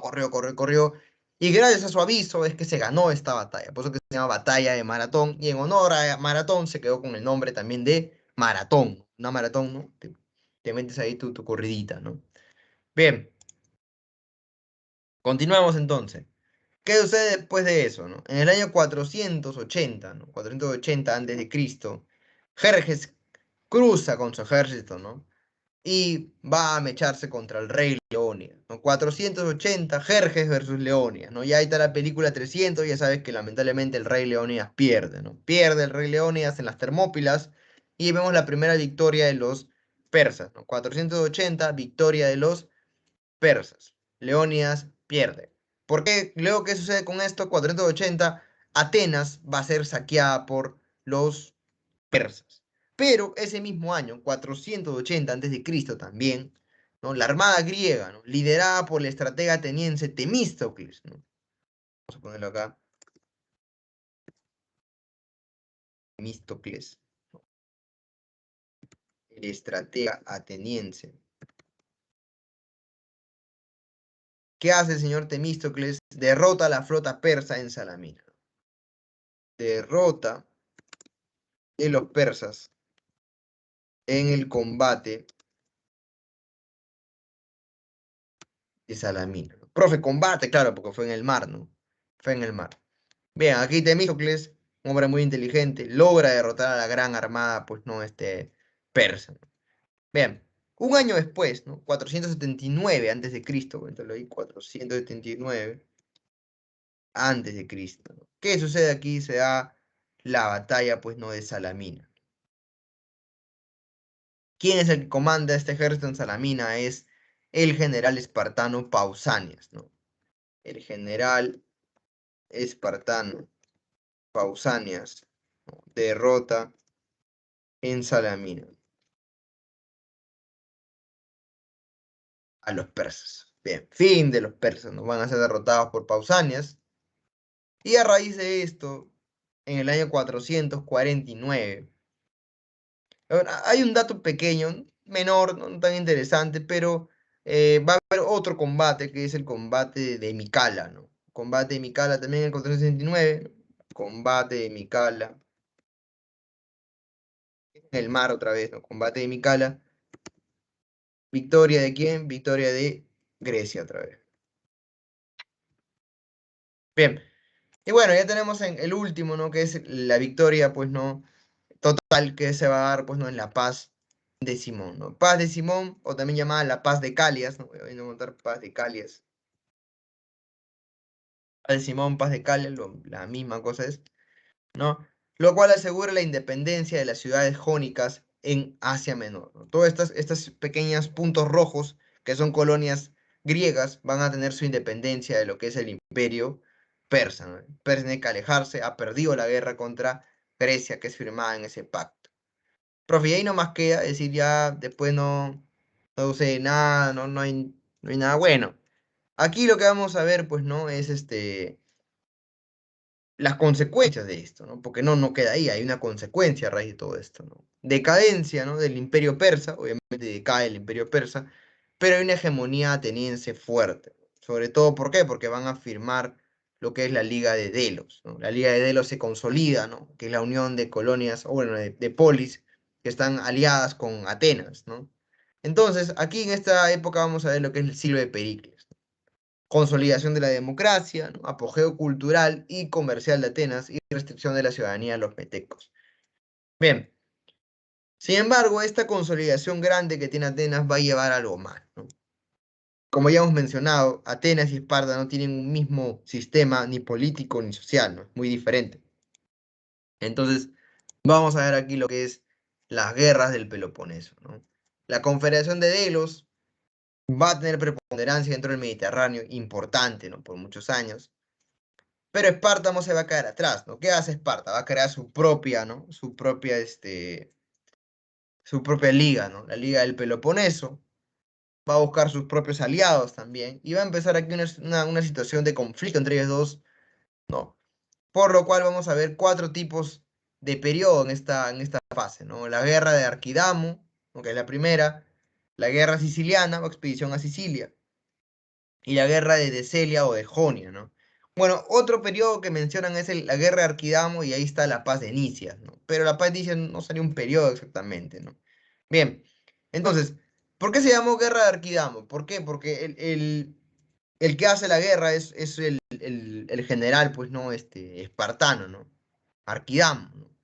Y él va a invadir lo que es Atenas. ¿Cuál es el problema aquí, no? En esta invasión de Atenas va a darse una peste que va a diezmar a la población ateniense, por lo tanto van a firmar lo que es la famosa paz de Nicias, una paz de tregua para ya no atacarse entre ninguna colonia. La pregunta es, ¿duró esta tregua? ¿Duró esta paz? No duró casi nada. ¿Por qué? Porque aquí viene este señor, ¿no?, considerado uno de los grandes traidores de la historia, ¿no?, de la historia mundial, el señor Alcibiades, ¿no? Alcibiades era un pata que estaba completamente desquiciado, ¿no? Era un pata inteligente, era un estratega, no solamente era inteligente, estratega, sino que también el pata pues era había ganado los Juegos Olímpicos en esa época, entonces era un pata que tenía mucho cariño de la gente, importante, inteligente, ¿no? Y Alcibiades, ¿no?, va donde la gente de Grecia y le dice, oye, mira, estamos en paz, ¿no? En tregua, pero ¿qué te parece si invadimos lo que es la zona donde está la flechita de color azul, ¿no? Así esta parte, ¿no? Donde es la expedición a Sicilia. Van a hacer una expedición a Sicilia. ¿Y qué va a pasar aquí? Esta expedición a Sicilia va a fracasar. Fracasa la expedición a Sicilia, ¿no?, hecha por Alcibiades. O sea, como Alcibiades ve, ¿no?, que prácticamente su expedición que él propuso ha fracasado y sabe que de repente van a juzgarlo en Grecia, ¿qué hace Alcibiades? Se pasa al bando espartano, ¿no? Se separa Alcibiades, se va con Esparta, ¿no? Y en Esparta le pasa el dato, ¿no?, que va a haber una invasión, ¿no?, etcétera, que ha quedado diezmada la fuerza marítima de Atenas, porque recordar que Atenas tenía una fuerza marítima importante y grande, entonces había quedado diezmada esta población marítima, pues no, la fuerza marítima de Atenas, por lo tanto Alcibiades lo que propone es que ataque Esparta, ¿no? Le dice a Esparta, oye, atácalo, atácalo, dice, ¿no? Entonces, ¿qué va a hacer Esparta? ¿Se da cuenta de algo Esparta? Que ellos no tienen la fuerza marítima para derrotar en el mar a Atenas. Por lo tanto, Esparta va a hacer un pacto ¿con quién? Con los persas. Hace un pacto con los persas, ¿no? Le promete que le va a dar alguna de las colonias jónicas, ¿no?, que están ubicadas en el Asia Menor, pero para eso tienen que darle pues una fuerza marítima, ¿no?, una fuerza naval que pudiera combatir a los atenienses. Entonces se va a dar lo que es el combate, ¿no? Ahí voy a anotarlo. Combate de Egopostamos. Y en este combate de Egopostamos, ¿no?, Esparta va a poder vencer a lo que es ¿no? Va a vencerlo a Atenas. Y con eso va a poner fin, ¿no?, al gobierno ateniense y a la hegemonía, sobre todo ateniense, ¿no? Ya prácticamente aquí llega el fin, ¿no? Después de la batalla de Egopostamos, ya no puede recuperarse Atenas, por lo tanto aquí vamos a ver una hegemonía breve, ¿no? No va a ser una hegemonía que dure mucho tiempo, ¿no? La hegemonía de los espartanos no va a durar mucho tiempo, ¿no? ¿Por qué? Porque luego de eso, ahí nomás se va a formar otra liga. Profe, ¿cómo se llama esa liga? La Liga de Beocia. La Liga de Beocia, ¿quién la formó, profe? Tebas, ¿no? Tebas forma su propia liga, la Liga de Beocia, y esta Liga de Beocia, ¿no?, hecha por Tebas, se va a enfrentar a Esparta y la va a derrotar, ¿no? Una vez derrotada, pues, no, Esparta por la Liga de Beocia, Tebas va a tener un tiempo, solo un tiempo muy breve, ¿de qué? De hegemonía. ¿Por qué? Porque ahí nada más, ¿qué sucede? Empieza la hegemonía macedónica, ¿no? Vamos a ver surgir al señor Alejandro Magno, ¿no? Una persona que prácticamente estaba, pues, ¿no?, en otra... es decir, es una persona que nació en un lugar que no debió haber nacido, ¿no? ¿Por qué? Porque su mente, Alejandro Magno, iba más allá de lo que planteaban los mismos griegos en esa época, ¿no? Así que, como nos vamos a dar cuenta ahí, Alejandro Magno va a empezar una expansión gigante, ¿no?, de lo que es prácticamente la hegemonía griega que vamos a ver ahí, ¿no? Bien, ¿qué hace Alejandro Magno? Primero, antes que todo, hay que recordar que Alejandro Magno no es el que empieza, ¿no?, toda esta expansión, ¿no? Es el padre Alejandro Magno el que empieza toda esta expansión. ¿A quién me estoy refiriendo? Me estoy refiriendo al señor, pues, Filipo II, ¿no? Filipo II va a ser la persona que va a iniciar esta expansión. No, primero, Filipo II tiene un papel importante aquí, ¿no? Tiene que enfrentarse ¿a quién? Tiene que enfrentarse a lo que son, pues, ¿no? Los griegos. Ahora, ¿por qué lo menciono? ¿Por qué? Porque los griegos veían a los macedónicos como si fueran, pues, extranjeros, como si fueran personas que no pertenecían al lugar donde estaban ellos, ¿no? Es más, no querían, pues, ¿no? En cierta medida, considerarlos como iguales. Eran bárbaros para ellos. Eran unos bárbaros. Entonces, eh, aquí lo que vamos a ver es, ¿no? Que el señor Filipo II va a enfrentarse a las polis griegas porque no lo quieren dentro de ellos, no quieren que sean parte de ellos. Entonces empieza aquí ¿no? una guerra entre ellos. Bien, entonces aquí a la par donde empieza la guerra entre Filipo II y todas las polis griegas, no solamente es una mención, sino que ya para eso Alejandro tenía prácticamente 18 años, había sido educado por quién, había sido educado por Aristóteles, ¿no? Recuerda que Aristóteles lo había educado en música, lectura, filosofía, le había enseñado a escribir, había enseñado a tocar lira, y a la par también Aristóteles había conseguido que los mejores profesores espartanos de guerra le enseñaran qué cosa, estrategia militar y también en cierta medida le enseñaran pues a pelear como un espartano, ¿no? Por lo tanto, ya a los 15 años se puede decir, ¿no? El gran Alejandro Magno tenía una resistencia física, ¿no? Envidiable, ya sabía montar caballo, ¿no? Su caballo recuerda que se llamaba Bucéfalo. Por lo tanto, el señor Alejandro Magno va a ayudar a su padre en esta pelea que va a tener contra los mismos, ¿no? Contra los mismos eh, griegos, ¿no? Hay que recordar que la primera batalla que van a tener aquí es la batalla de Queronea, ¿no? En el año 338 a.C., ¿no?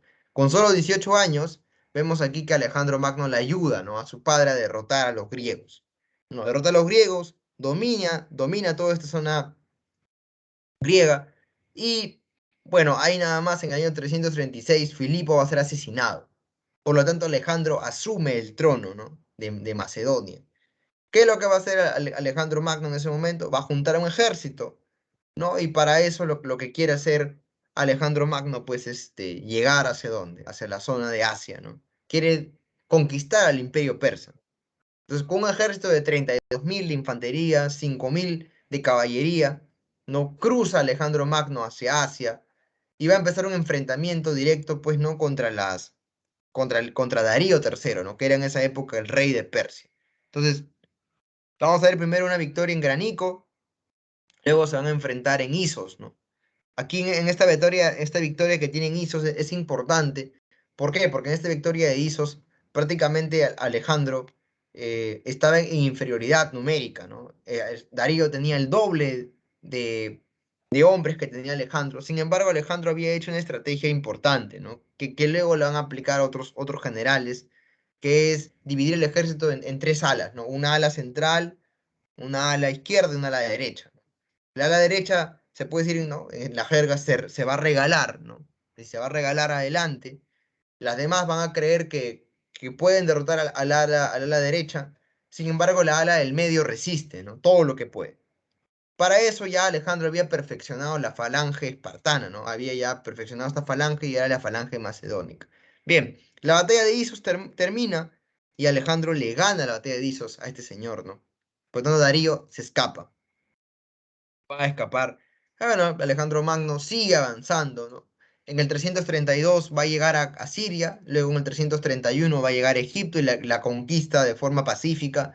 Ahí va a fundar la ciudad de Alejandría. Sigue avanzando Alejandro Magno, ¿no? Va a seguir avanzando, va a seguir, ¿no? Poniendo diferentes ciudades. Va a conquistar Tiro también. Recuerda que Tiro le pertenecía a lo que era a los fenicios, ¿no? Conquista Tiro. Y ya para eso, Alejandro Magno va a tener la última batalla contra Darío, que es en el año 331, donde se le va a enfrentar en la batalla de Gaugamela, ¿no? En esta batalla de Gaugamela, Darío III vuelve a escapar, ¿no? Porque es derrotado, pero más adelante se sabe, pues, ¿no? Que uno de sus generales, ¿no? Del señor Darío, que es Besos, lo va a matar al señor Darío III, ¿no? Lo cual a Alejandro Magno no le gustó. Bueno, ya para eso empiezan los problemas, ¿no? ¿Por qué? Porque Alejandro Magno era una persona que creía que las culturas no debían de destruirse, ¿no? Sino que había que alimentarse de las culturas. Por lo tanto, la mayoría de personas que eran griegas no le tenían mucha estima a Alejandro Magno, ¿no? Era una persona que no tenía la suficiente estima, ¿no? Bien, por lo tanto, Alejandro Magno, ¿no? Ya que ha avanzado todo esto, sigue avanzando, ¿no? Llega a la ciudad principal de lo que es el imperio persa, ¿no? Que es en este caso Persépolis, ¿no? Avanza después de Persépolis, va a seguir fundando ciudades. Y para eso Alejandro Magno empieza a tener ya matrimonios con las familias o con los familiares de Darío III, ¿no? Lo cual no es visto con buenos ojos por los generales y amigos de Alejandro Magno, que creen que la cultura persa es inferior a su cultura. Por lo tanto, ahí se va a dar cuenta Alejandro Magno que lo quieren traicionar, ¿no? Sus propios amigos. Y bueno, Alejandro va a tener que asesinarlos, ¿no? Bien, Alejandro sigue avanzando, ¿no?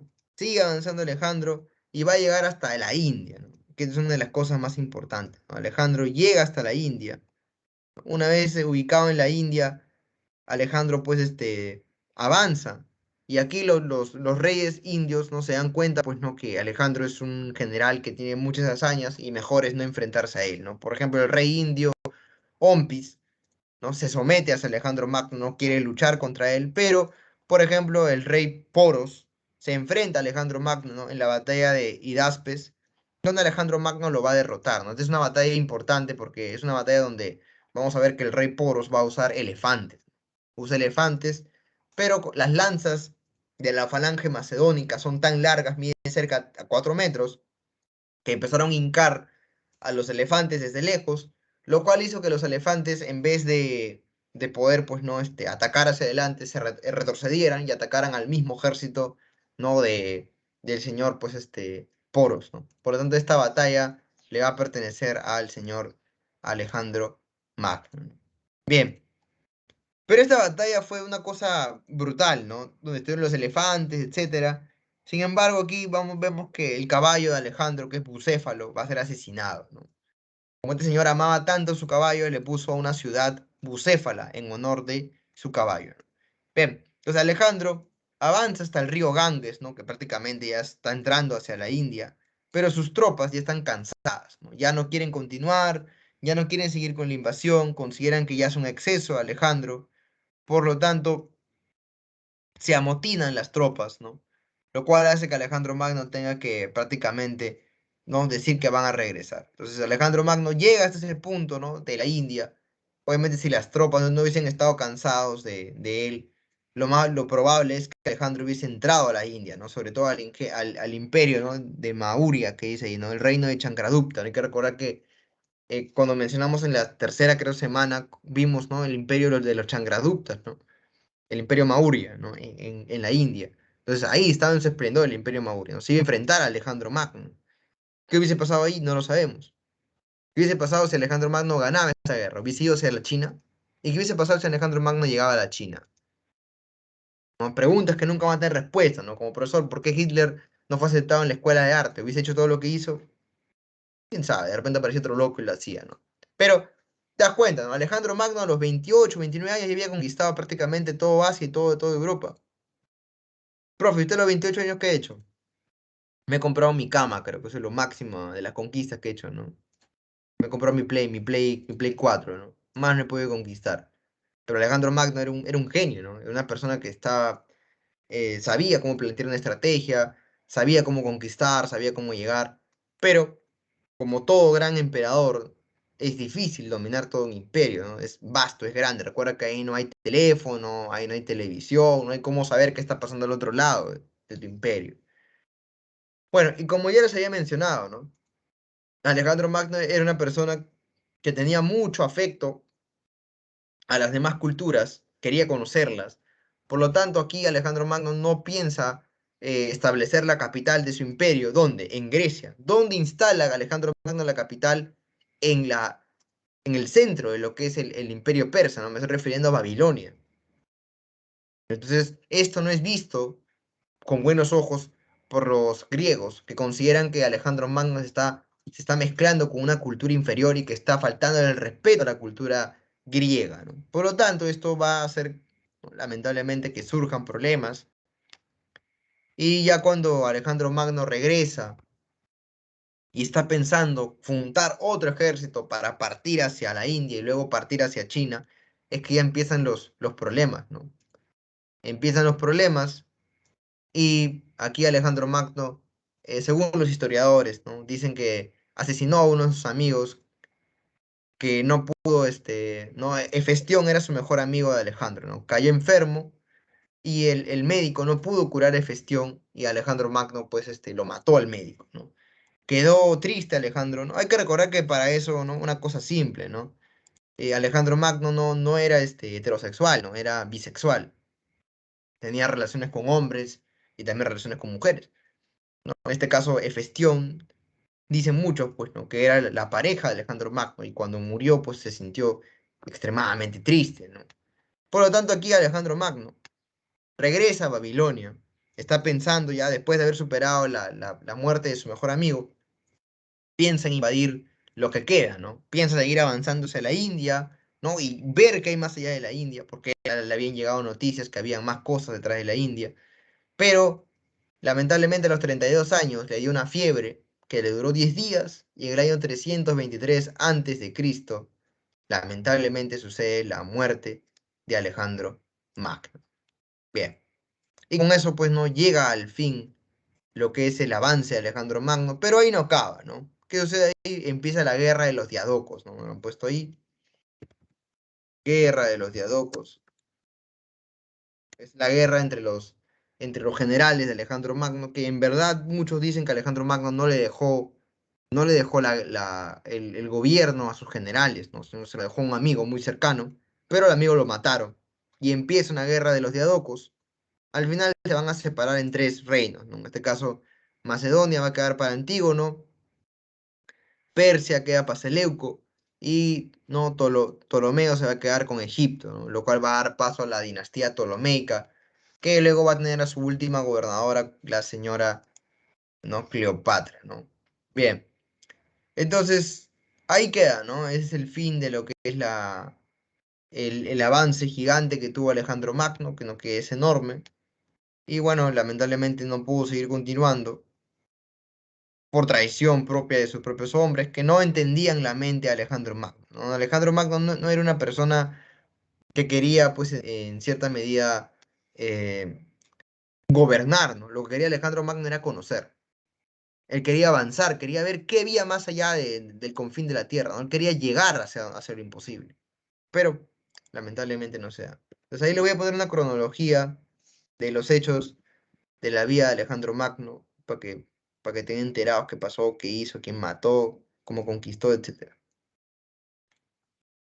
Bien, y con esto damos fin a lo que es Grecia, ¿no? Con esto damos fin a lo que es Grecia y vamos a ver lo que es ahora la grande, magnífica, esplendorosa Roma, ¿no? Que fue uno de los imperios más vastos y más importantes de la época antigua, y con esto da fin a lo que es la Edad Antigua y parte de lo que es la Edad Media, ¿no? Pero recuerda que Roma en cierta medida no muere con el año 416, ¿no? Sino que Roma de Oriente continúa, ¿no? Hasta el año 1453, ¿no? Prácticamente Roma vivió casi 2000 años, ¿no? Increíble, ¿no? Bien, Roma.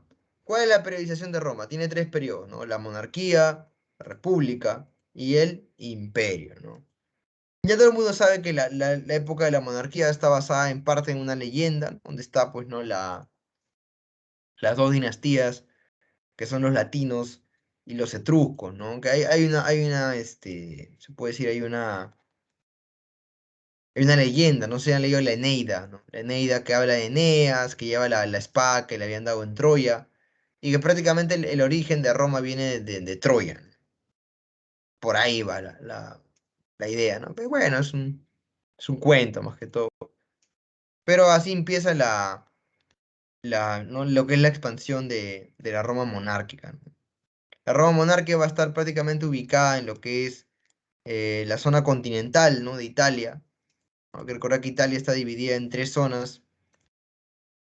La zona continental es donde ahí va a surgir lo que es, pues, ¿no? La monarquía romana, ¿no? Entonces, en este periodo monárquico vamos a ver 7 reyes, ¿no? ¿A quiénes me refiero ahorita? Te los voy a poner, ¿no? Rómulo, Numa Pompilio, Tulio Hostilio, Anco Marcio, de origen de latino, porque son los orígenes de latino, tienen después de origen etrusco, ¿no? Que es Tarquino el Soberbio, no, disculpen, Tarquino el Antiguo, Servio Tulio y Tarquino el Soberbio, ¿no? Que son de origen etrusco, ¿no? Bien, estos cuatro primeros emperadores que he mencionado, que es Rómulo, ¿no? Numa Pompilio, Tulio Hostilio y Anca Marcio, son considerados como legendarios, ¿no? Es decir, en otras palabras, puede ser que no hayan existido, ¿no? Pero los que siguen después, lo que son los etruscos, sí son considerados como que tuvieron existencia, ¿no? Entonces, ahí está, ¿no? Estoy anotando. Estos fueron los reyes, ¿no? De la monarquía, ¿no? No son muchos, como te das cuenta, ¿no? Son breve este periodo. Entonces, este periodo monárquico, vamos a ver, pues, ¿no? Que está dividido en tres grupos, ¿no? Tres grupos que son, pues, ¿no? Que lo menciona ahí el PPT, ¿no? Que son los patricios, conformaban la clase más poderosa, ¿no? Los plebeyos, el sector sin privilegios, que son los comerciantes, y los esclavos, el escalón más bajo. En lo político es diferente, ¿no? En lo político vamos a ver al rey, ¿no? Porque hay una monarquía que tiene funciones judiciales, administrativas, pero su cargo no es hereditario. Profe, ¿qué quiere decir que no es hereditario? Que hay otro poder que elija al rey. Profe, ¿quién es? El Senado. El Senado es el que se encarga de elegir al rey y lo aconseja en la toma de decisiones. Está compuesto por los jefes de las familias, ¿no? Que son llamados los gens, ¿no? Bien, entonces los senadores pertenecen a las familias privilegiadas, obviamente, más poderosas, y ocupan el cargo de por vida. Entonces, prácticamente das cuenta que la aristocracia que es muy fuerte, ¿no? Las personas que tienen dinero, que tienen el nombre, son las que dominan. Profe, ¿y eso no es lo que pasa ahorita en Perú? Sí, igualito, pues, ¿no? ¿Cuándo has visto tú que cambien las cosas, ¿no? Es decir, más allá del gobierno no tan bueno y eficaz que está haciendo Pedro Castillo, lamentablemente. Más allá de eso, la prensa se ha encargado todo ese tiempo de despedazarlo, ¿no? Cuando hay cosas para despedazarlo, no refiriéndose a su origen andino, ni refiriéndose al premier andino, ¿no? Por ejemplo, el ministro de Transportes es una desgracia, ¿no? El mes pasado, no sé si tú has visto la televisión, ha habido dos accidentes de bus, ¿no? Y ayer en la mañana hubo otro accidente también de bus en San Juan de Lurigancho.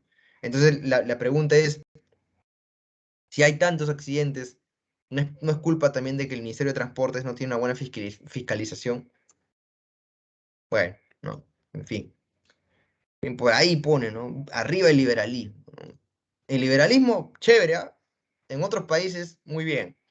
A ver, el liberalismo en Perú, promesas incumplidas. Profe, ¿desde qué año? Desde el año de 1821 los liberales siguen prometiendo que el Perú va a ser un país vasto, grande y magnífico. Ok, ¿Dónde quedan las promesas de los liberales? En ningún lado. No lo cumplen, ¿no? Y si quieren ver a sus liberales de la actualidad políticos, lamentablemente tampoco tienen representantes idóneos, ¿no? ¿Quién? Vergara, McEvoy, ¿no? Personas que no saben entender lo que es la realidad peruana. A pesar que son, bueno, McEvoy bueno, no es historiador, es educadora, ¿no? Pero hace libros de historia. Y en el caso de Vergara es politólogo, ¿no? Pero no entiende lo que es la connotación del Estado peruano, ¿no? Porque para poder correcto. entender la connotación peruana hay que revisar lo andino, no todo, ¿no? No solamente concentrarnos en la capital. A ver, ¿por ahí algo quiere decir? Sí, la verdad es que todos los que acaba de mencionar en realidad no son liberales. Un No liberal de son verdad es liberales. Alberto Venegas Lynch, hijo. Ese es un liberal de verdad. El máximo exponente del liberalismo entre Argentina y tal vez en el mundo. Ese es un liberal. El liberalismo no puede ser legal en lo político, pero no en lo económico. Eso es la antítesis del liberalismo. Eso no Ya, es pero liberal. funciona, El liberalismo, por funciona. supuesto que funciona. ¿Dónde funciona? Ah, Suiza, Finlandia. Ya, chévere. Entonces, ¿tú crees que la El, aplicación que se da en Suiza puede aplicarse también en Perú? el liberalismo, por supuesto, no se ha aplicado acá jamás. Hay intentos, No se ha sí. aplicado acá jamás. Sí, me está Dígame diciendo un que en la ejemplo. historia del Perú, desde el año Dígame de un ejemplo. 1821, no ha existido personas que han aplicado el liberalismo. Sí, dígame un ejemplo. ¿Y cómo que digamos un ejemplo? Sí, Todos claro. los, ¿cómo que digamos un ejemplo? Un ejemplo de 1827 los para adelante, liberales, un todos ejemplo de son verdad, liberales. Se están no todos son discutiendo liberales. constituciones liberales. Entonces me Que estarías digan que haciendo una son liberales negación, no significa que hayan aplicado modelos liberales. Es completamente distinto. pero todos los Eso no modelos es liberales liberalismo. fracasan. El liberalismo se basa en tres Todos los cosas. modelos liberales han fracasado. Ya. Son modelos liberales, no son modelos y creados de otra magnitud, Te ¿no? voy a Por eso explicar es que también el cómo, comunismo llega a fracasar. El ya. Te voy a comunismo explicar fracasa cómo en es el cierta liberalismo. medida porque extrapola un movimiento que es de otro lado. Yo digo que el liberalismo está mal, pero está mal aplicado dentro del Perú. Me dices, no, parte del Si lo liberalismo. aplican mal es porque no son liberales. El liberalismo Bueno, es el tú puedes decir respeto también, irrestricto del proyecto de vida del prójimo. Esa es la ya, definición de Alberto Avenida Lynch, hijo. Otro liberalista de verdad, otro liberal de verdad, es Friedrich von Hayek, ganador del ya, Premio Nobel de 1974 de Economía. Eso es un liberalismo de verdad. ya, pero no te quedes, me parece muy bien que estés leyendo teoría, pero aplícala. Es decir, tú me dices lo que es el liberalismo, perfecto, ¿no? Podría venir un marxista y aplicarte marxismo y decirte en la idea todo lo perfecto del marxismo, pero aplicado funciona en la realidad latinoamericana, en la realidad peruana. O sea, quiere que le mencione proyectos porque puedo Porque no, es mencionarle que tú proyectos. me dices, el liberalismo funciona, el liberalismo es tal, el liberalismo es tal cosa. Entonces, yo te hago una pregunta, la persona que aplica mal el liberalismo no es liberal. La persona que aplica mal, por ejemplo, la socialdemocracia, Ya. ya, también Dime una cosa, ya no ¿Pedro es, Castillo es liberal? Pedro Castillo no es liberal. Ya, entonces, ¿quién de los que estaban ahí son liberales? ¿Me estás mencionando ahorita o me estás mencionando en parte de la Sí, historia? ahora. Yo te digo que lo que estés diciendo está mal. Lo que yo estoy diciendo es que te estás quedando solamente en teorizar todo lo que tú dices, ¿no? Ya, Aterriza pero, las ideas, ¿no? Es ya, decir, tú puedes defender a cualquier persona que te hable sobre el liberalismo, ¿no? Pero cuando tú extrapolas movimientos que son extranjeros y no ves la realidad peruana, no funciona. de acuerdo, voy a extrapolar yo la realidad peruana y lo que se debe hacer. Uno, eliminar el Banco Central de Reserva. ¿Por qué? Porque eso solo empobrece a la gente. Porque hay impuestos no legislados, que obviamente no legislados significa que no entran, o sea, robos. Que también cosa que se debe eliminar la obra pública. Eso no genera empleos, eso es una completa mentira. Genera impuestos, que es completamente distinto. Y esos impuestos agarran también los políticos. Otra cosa que tampoco es un impuesto no legislado. ¿Qué cosa tenemos que hacer? Dolarizar las economías, obviamente. ¿Por qué tenemos un banco central de reserva? Si quiere ejemplos de países tercermundistas donde funcionan las economías dolarizadas, yo mencionaría Panamá. Economía dolarizada. Bueno, es que ahí cometes un error, ¿no? Tú estás confiando en la inversión que privada, en el comercio privado. Entonces, Eh, mira, ya te cuentas lo Cuando que es entra el el Estado comercio siempre lo privado en el arruina. Perú. Cuando Ya, entra el Estado ya, siempre lo arruina. puedes Por poner ese ejemplo, ejemplo y defenderlo, y está muy bien, pero no solamente el Estado es el que ha malogrado el Perú, ¿no? Es el sector privado el que ha destruido al país también. El sector privado capta al Estado. No es que el Estado ha captado al sector privado, es al revés. El sector privado ha captado, estamos hablando de una oligarquía de años. No es una oligarquía de hace 5 o 6 años, ¿no? Es una oligarquía que se ha fortalecido año tras año y luego ha creado la CONFIEP, organismo que siempre ha captado al Estado. profe, La ¿qué pregunta es, sector una genera vez que lo ha empleos? captado, ¿ha hecho algo estas personas que pertenecen al sector privado por el país? Profe, ¿qué sector No. genera empleos? ¿Cómo que qué sector? ¿Qué El sector? sector privado como el sector estatal han generado empleos. No, los sectores estatales no generan empleos, generan impuestos. Impuestos que tienen que pagar a los más ricos, incluso a los más pobres. Ya. Bueno, es que estás mal, ¿no? Eh, El sector privado, entonces, ¿qué disculpe, sería? pero en nuestro país la mayoría de los empleos es informal, así que mucho el sector privado no ha hecho. ¿Ves? Ahí está otro problema, ¿no? El liberalismo, qué va a hacer con el sector informal? Lo considera como algo bueno, pero tiene muchos problemas, ¿no? Y el mismo sector informal nace por culpa del sector privado. Esa es la realidad, ¿no? Porque en realidad No. El nadie ha hecho sector nada informal por los sectores más prohibido es vulnerables del prohibido país. por el Estado, no por el sector privado. El sector privado no va y te dice que no puede ser algo informal. El Estado va y te dice que no puede hacer algo informal. Bueno, es que tú estás viviendo en otra realidad alterna. Para ti el sector privado es algo que hace todo, ¿no? Que está perfecto. Y El tú ves sector al privado no Estado hace como un perfecto poder todo, pero sí es diferente, que pero genera empleos el de Estado verdad está y ahí mejora la calidad de vida de captado los por quién, demás. por el sector privado. El sector privado ha captado al Estado. Lee, ¿no? Lee bibliografía, no solamente me repitas los hechos que te habla un pensador, ¿no? Ve la realidad peruana No también. escucho lo que dice un pensador, escucho lo que dicen cientos de pensadores. Friedrich von Hayek, Compañero, disculpe, ¿usted ha trabajado en algún sector privado, digamos, alguna empresa privada? soy menor de Y edad, eso sabe sí. los... Exacto, No, entonces está el prohibido. día que usted trabaje en una Sí he empresa trabajado, por privada, cierto, sea hace 8 años. Metro, sea Falabella, Ripley o otro sector privado, se va a dar cuenta que la realidad es distinta.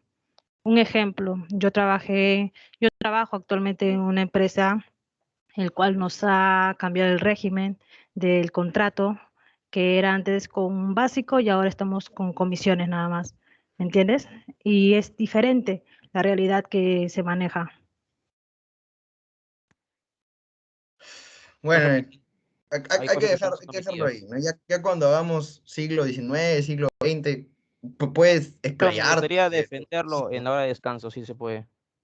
Bueno, yo no voy a estar en la hora de descanso. Yo ahora Está bien. tengo tengo 2 horas más de clase, ¿no? No tengo descanso yo, pero ya después no hay problema, pero yo te recomiendo, ¿no? Que analices mejor la realidad peruana, ¿no? Es decir, uno puede leer teoría e imaginar miles de cosas como la democracia, ¿no? Pero no todas son como uno cree que van a ser, ¿no? Son diferentes.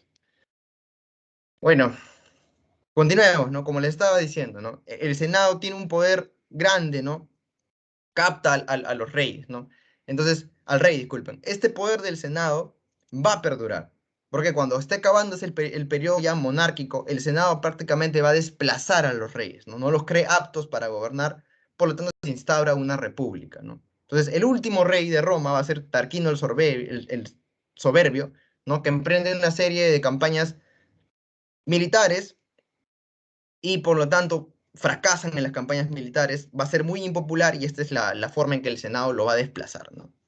A un costado, el señor Tarquino el Soberbio, y bueno, a partir de este momento el Senado tiene un poder mucho más grande, ¿no? Lo cual vamos a ver aquí, ¿no? Esa es la organización de cómo la República se va a organizar, donde el Senado sigue manteniendo el poder total, ¿no? De lo que es de lo que es prácticamente el Estado, ¿no? Entonces, ahí se van formando diferentes instituciones, ¿no? En este caso el Senado está formado por ex magistrados, ¿no? 300 ex magistrados que se encargan de ¿qué? De dictar leyes, determinar la política exterior y supervisar a los magistrados, ¿no? En otras palabras, tienen el poder total.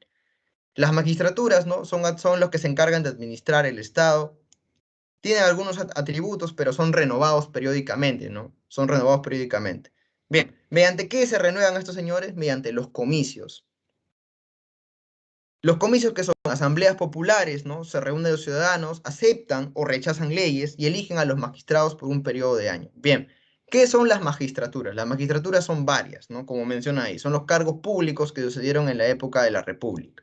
Bien, entonces ahí vamos a ver diferentes poderes, ¿no? Pensamos a ver con el primero. Pretores, ¿qué es un pretor? Administra la justicia en las ciudades y en las provincias.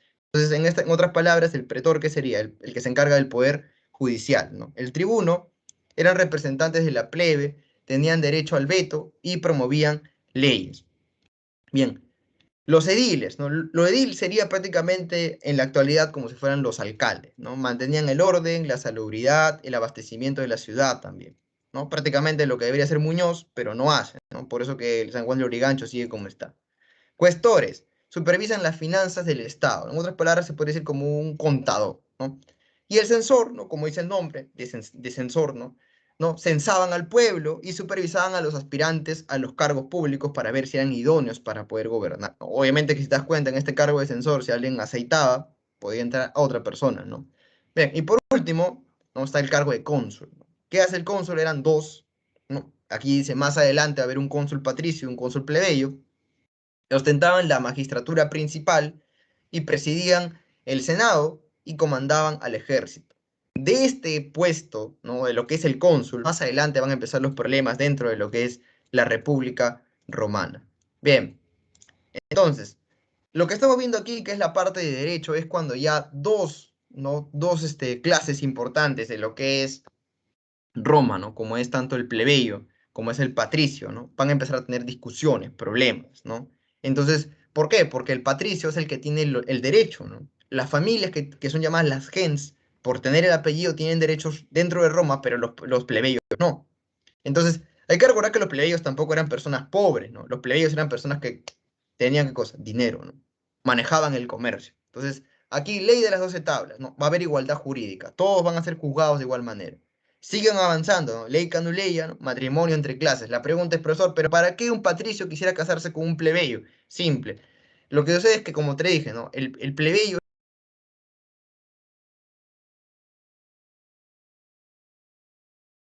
en desgracia económica. Entonces, para poder recuperar eso, casaban a su hija con un, ¿no? En este caso con un plebeyo, le daban el apellido y a partir de ese momento ya podría ser considerado para cargos más altos, ¿no? Esa es la ley Candoleyo.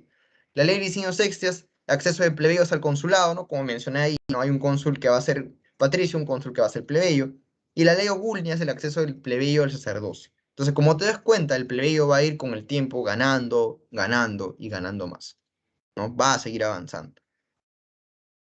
Ahora, en esta etapa es donde vemos que se va a dar la expansión de Roma prácticamente en toda la zona del mar Mediterráneo, ¿no?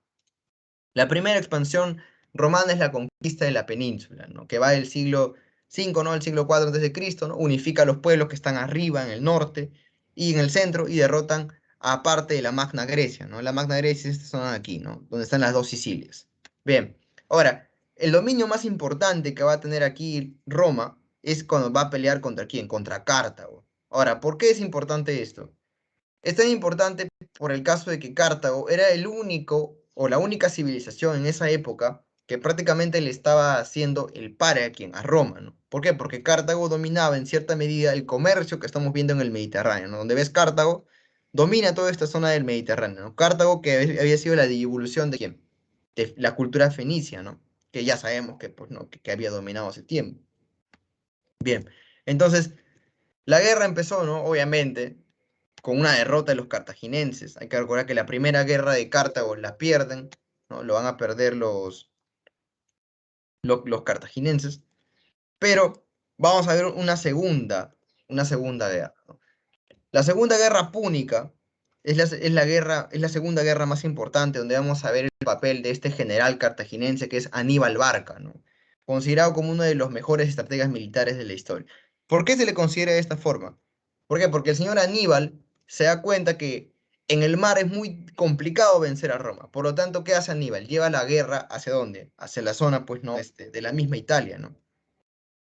Bien, entonces, ¿qué hace Aníbal? Aníbal va a invadir desde la zona de Hispania, ¿no? Va a llegar hasta Italia, cruza los Alpes, ¿no? Con un ejército montado en elefantes, ¿no? Que eso es lo más increíble, ¿no? Por eso que algunos a San Martín le dicen el Aníbal de los Andes, ¿no? ¿Por qué le dicen el Aníbal de los Andes? Porque San Martín cruza, ¿no? La cordillera, ¿no? Cruza la cordillera para poder llegar a Chile. Entonces, aquí prácticamente Aníbal cruza los Alpes, que también es una cordillera, y va a tener victorias importantes contra Roma, ¿no? Es decir, entre Asimeno y Canas va a ser aplastado el ejército romano. Entonces, aquí nos damos cuenta que Roma, que no estaba prácticamente acostumbrado a perder, pierde sus primeras batallas, ¿no? Entonces, estas batallas que van a llevar a la victoria a Aníbal tienen un problema, ¿no?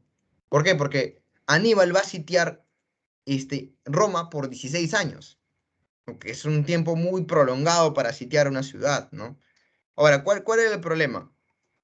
El problema era que Aníbal estaba esperando que la mayoría de tribus que habían tenido guerra con Roma se le unieran a ellos y pudieran derrotar a Roma. El problema fue que la mayoría de las tribus no se le unió, ¿no? La mayoría de tribus tenía miedo de la venganza que podrían sufrir si Roma se enteraba de eso. Entonces, este señor, el comandante de Roma, que es Publio Cornelio Escipión, llamado el Africano, este señor, ¿qué hace? Se da cuenta que como ellos siguen dentro de Italia, no van a poder llegar a Cartago. Entonces, ¿qué hace el señor Publio Cornelio Escipión? Lleva su ejército hacia la misma Cartago.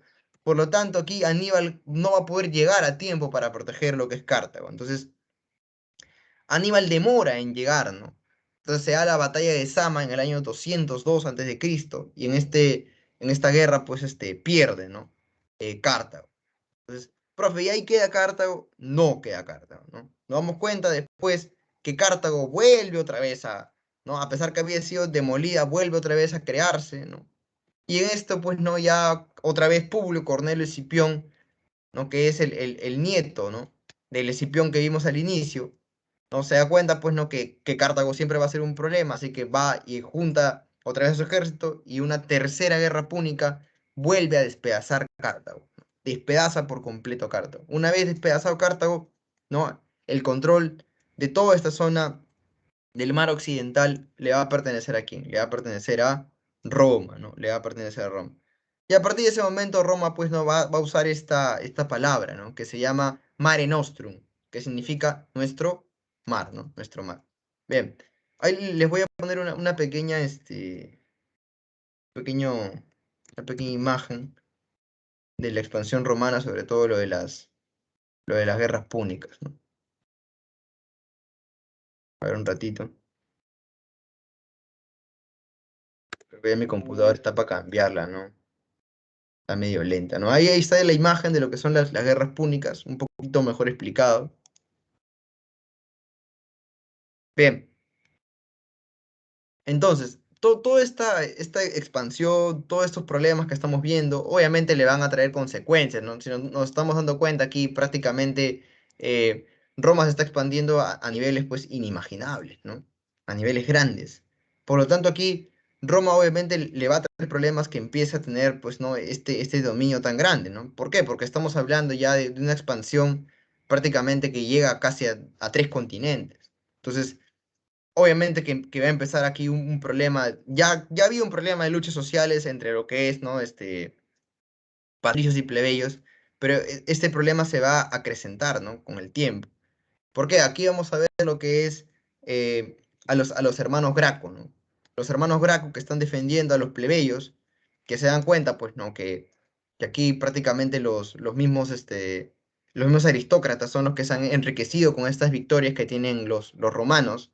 Entonces, lo que va a pasar aquí es que empieza ya a existir los caudillos militares, ¿no? ¿No? Aquí vamos a verlo. ¿No? Aquí los hermanos Gracos, ¿no? Como menciona la separata, van a hacer un tipo de reforma, una reforma agraria, una reforma frumentaria también, ¿no? Para que la gente que más estaba necesitada por la elevación de los impuestos pudiera en cierta medida sobrevivir, ¿no? Hay que recordar que cuando hay una guerra se cobran impuestos elevados, ¿no? Obviamente el que le va a pasar peor, ¿quién es? El pueblo, ¿no? Por lo tanto, aquí lo que va a pasar es que los hermanos Graco van a ser asesinados. Entonces empieza toda una pugna de guerras civiles, ¿no? Empiezan a tener poder lo que son los caudillos militares, ¿no? Los generales militares empiezan a tener poder. Y en este caso vamos a ver a los cónsules Mario y Sila, ¿no? Empezando en la Primera Guerra Civil. Luego ya hay un momento pues, de calma donde se forma el primer triunvirato, donde vamos a ver a Julio César, Pompeyo y Craso. En este caso, Craso se retira de la contienda y hay una disputa directa entre Julio César y Pompeyo. ¿Por qué hay una disputa directa entre ellos dos? Lo que va a pasar es que aquí Julio César es una persona, bueno, es un general que tiene una estrategia gigante, ¿no? Aquí lo que vamos a ver es que el señor Julio César va a conquistar la zona de las Galias, que en la actualidad es la zona de Francia, ¿no? Luego conquista Bélgica, parte de Holanda, Alemania, Suiza. No llega a entrar a Inglaterra, pero si te das cuenta, las conquistas de Julio César aumentan, ¿no? Entonces, aquí Pompeyo prácticamente pues no es una persona que le tiene envidia al señor César porque se da cuenta que el poder que tiene es grande. Así que de esta forma Pompeyo lo que quiere hacer es enfrentarlo en una batalla. Paga una batalla, que es la batalla de Farsalla, ¿no? La batalla de Farsalla, de acá.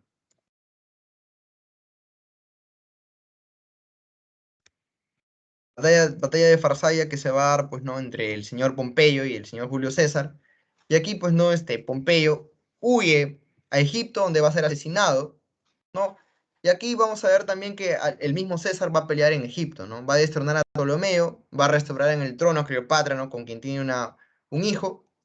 Y ya, pues, ¿no? Para esto, prácticamente el señor César, que ha tenido grandes victorias militares, ha hecho una conquista muy, muy grande, va a tener la envidia del Senado, ¿no? Que se da cuenta que con el tiempo Julio César, ¿no?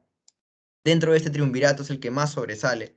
Por lo tanto, no les conviene, ¿no? Por el poder que está teniendo el señor el César, ¿no? Por lo tanto, aquí el Senado lo va a citar a Julio César en el año 44 a.C.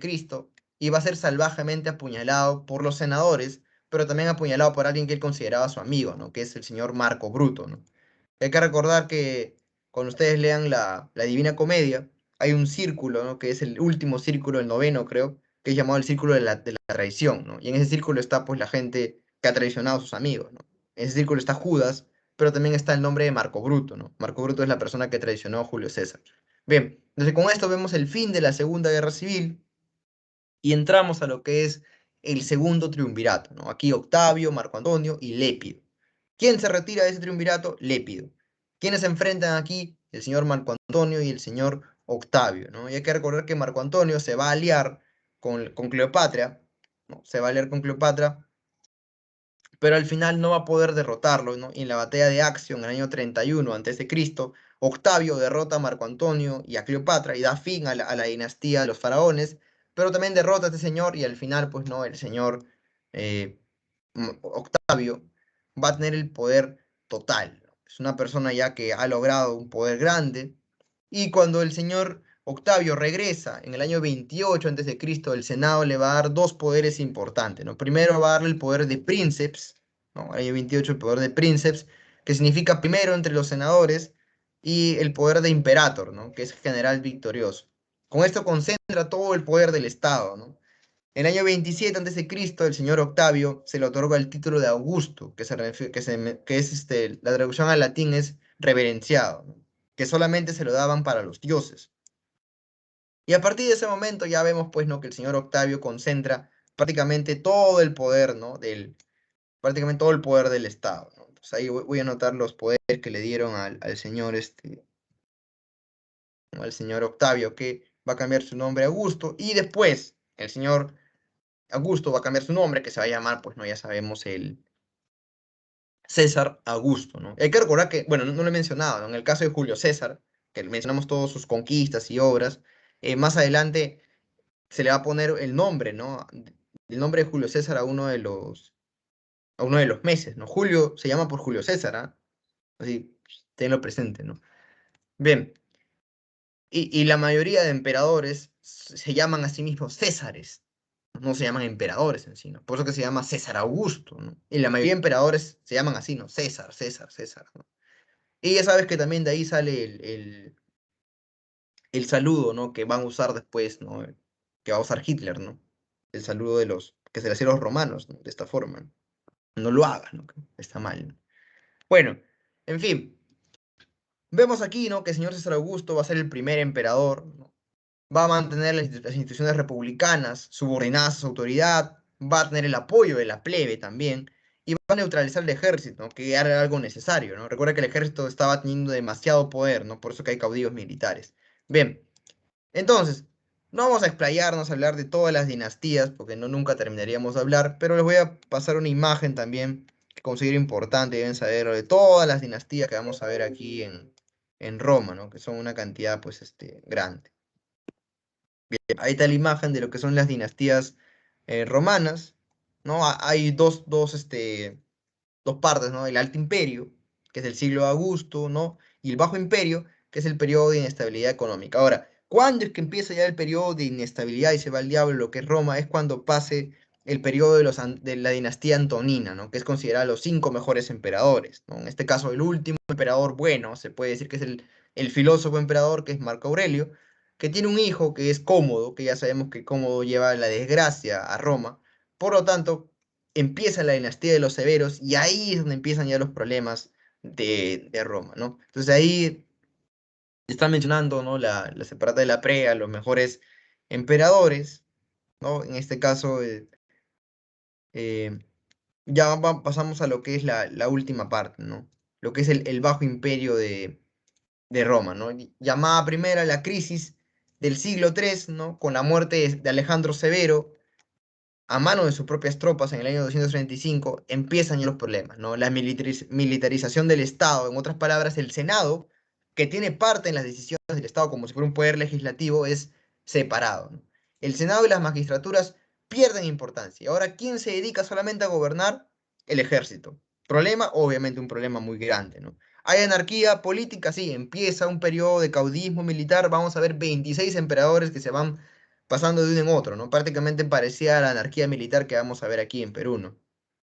Hay una crisis económica y social, sí, por la crisis de la caída demográfica, porque la mayoría de la población está metido en guerras también, no hay nadie quien cultive la tierra, ¿no? Y a eso pasa lo que es el Bajo Imperio, o también llamado el Dominado, ¿no?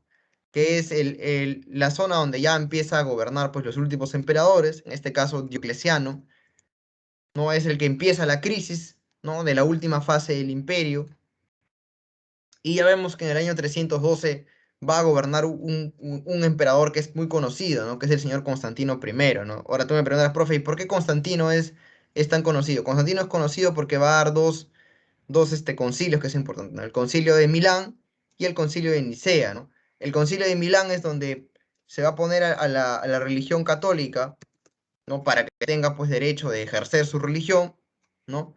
Y en el caso del concilio de Nicea es donde nace el dogma católico, ¿no? En este concilio es donde se le da la divinidad a Jesús, ¿no? Donde prácticamente ya Jesús va a tener otra connotación, se crea, ¿no? También la Biblia, se van poniendo ahí los libros que van a estar, y ya sabemos que más adelante con el señor, pero creo que Iglesia Separata lo menciona, ¿no? Como el señor Teodosio, ¿no? El cristianismo va a ser la religión oficial y va a ser dividido en dos imperios, ¿no? Bueno, ya después de eso sabemos que empieza la decadencia total, ya empiezan las invasiones bárbaras, que en un primer inicio las invasiones bárbaras no son invasiones donde hay guerras, etcétera, ¿no? Las invasiones bárbaras en un inicio son invasiones pacíficas, ¿no? Donde Roma les permite entrar, les cobra impuestos, etcétera, ¿no? Algunos de los bárbaros pertenecen también al ejército. Sin embargo, ya con la primera invasión visigoda, ¿no? Se da la batalla de Adrianópolis, y en esta batalla de Adrianópolis el ejército romano es despedazado.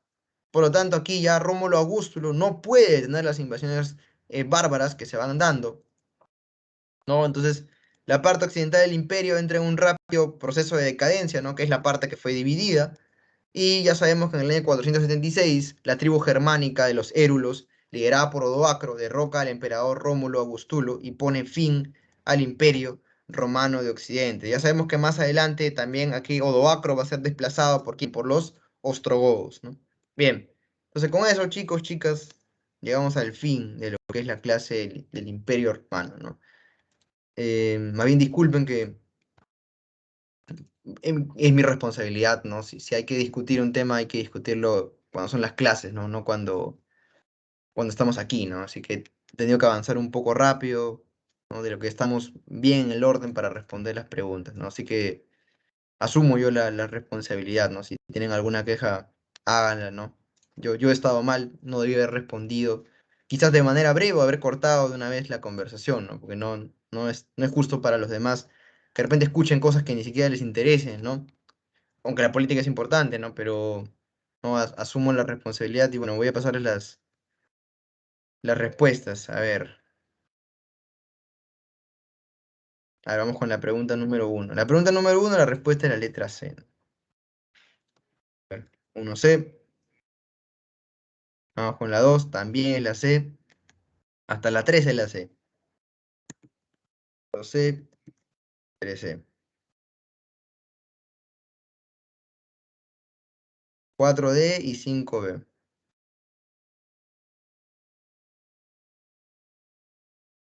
Exacto, ¿no? Ya tienen que irse a su receso. Bien, nos vemos la otra semana y otra vez les vuelvo a pedir disculpas por haber tomado una parte de su clase, que es importante, donde no tenían que perder de repente algunos datos más que pude haberles dado, ¿no? Chao chicos, nos vemos la otra semana. Chao, profe, gracias. Gracias, profesor. Ya, profesor, gracias. Hasta luego, profesor.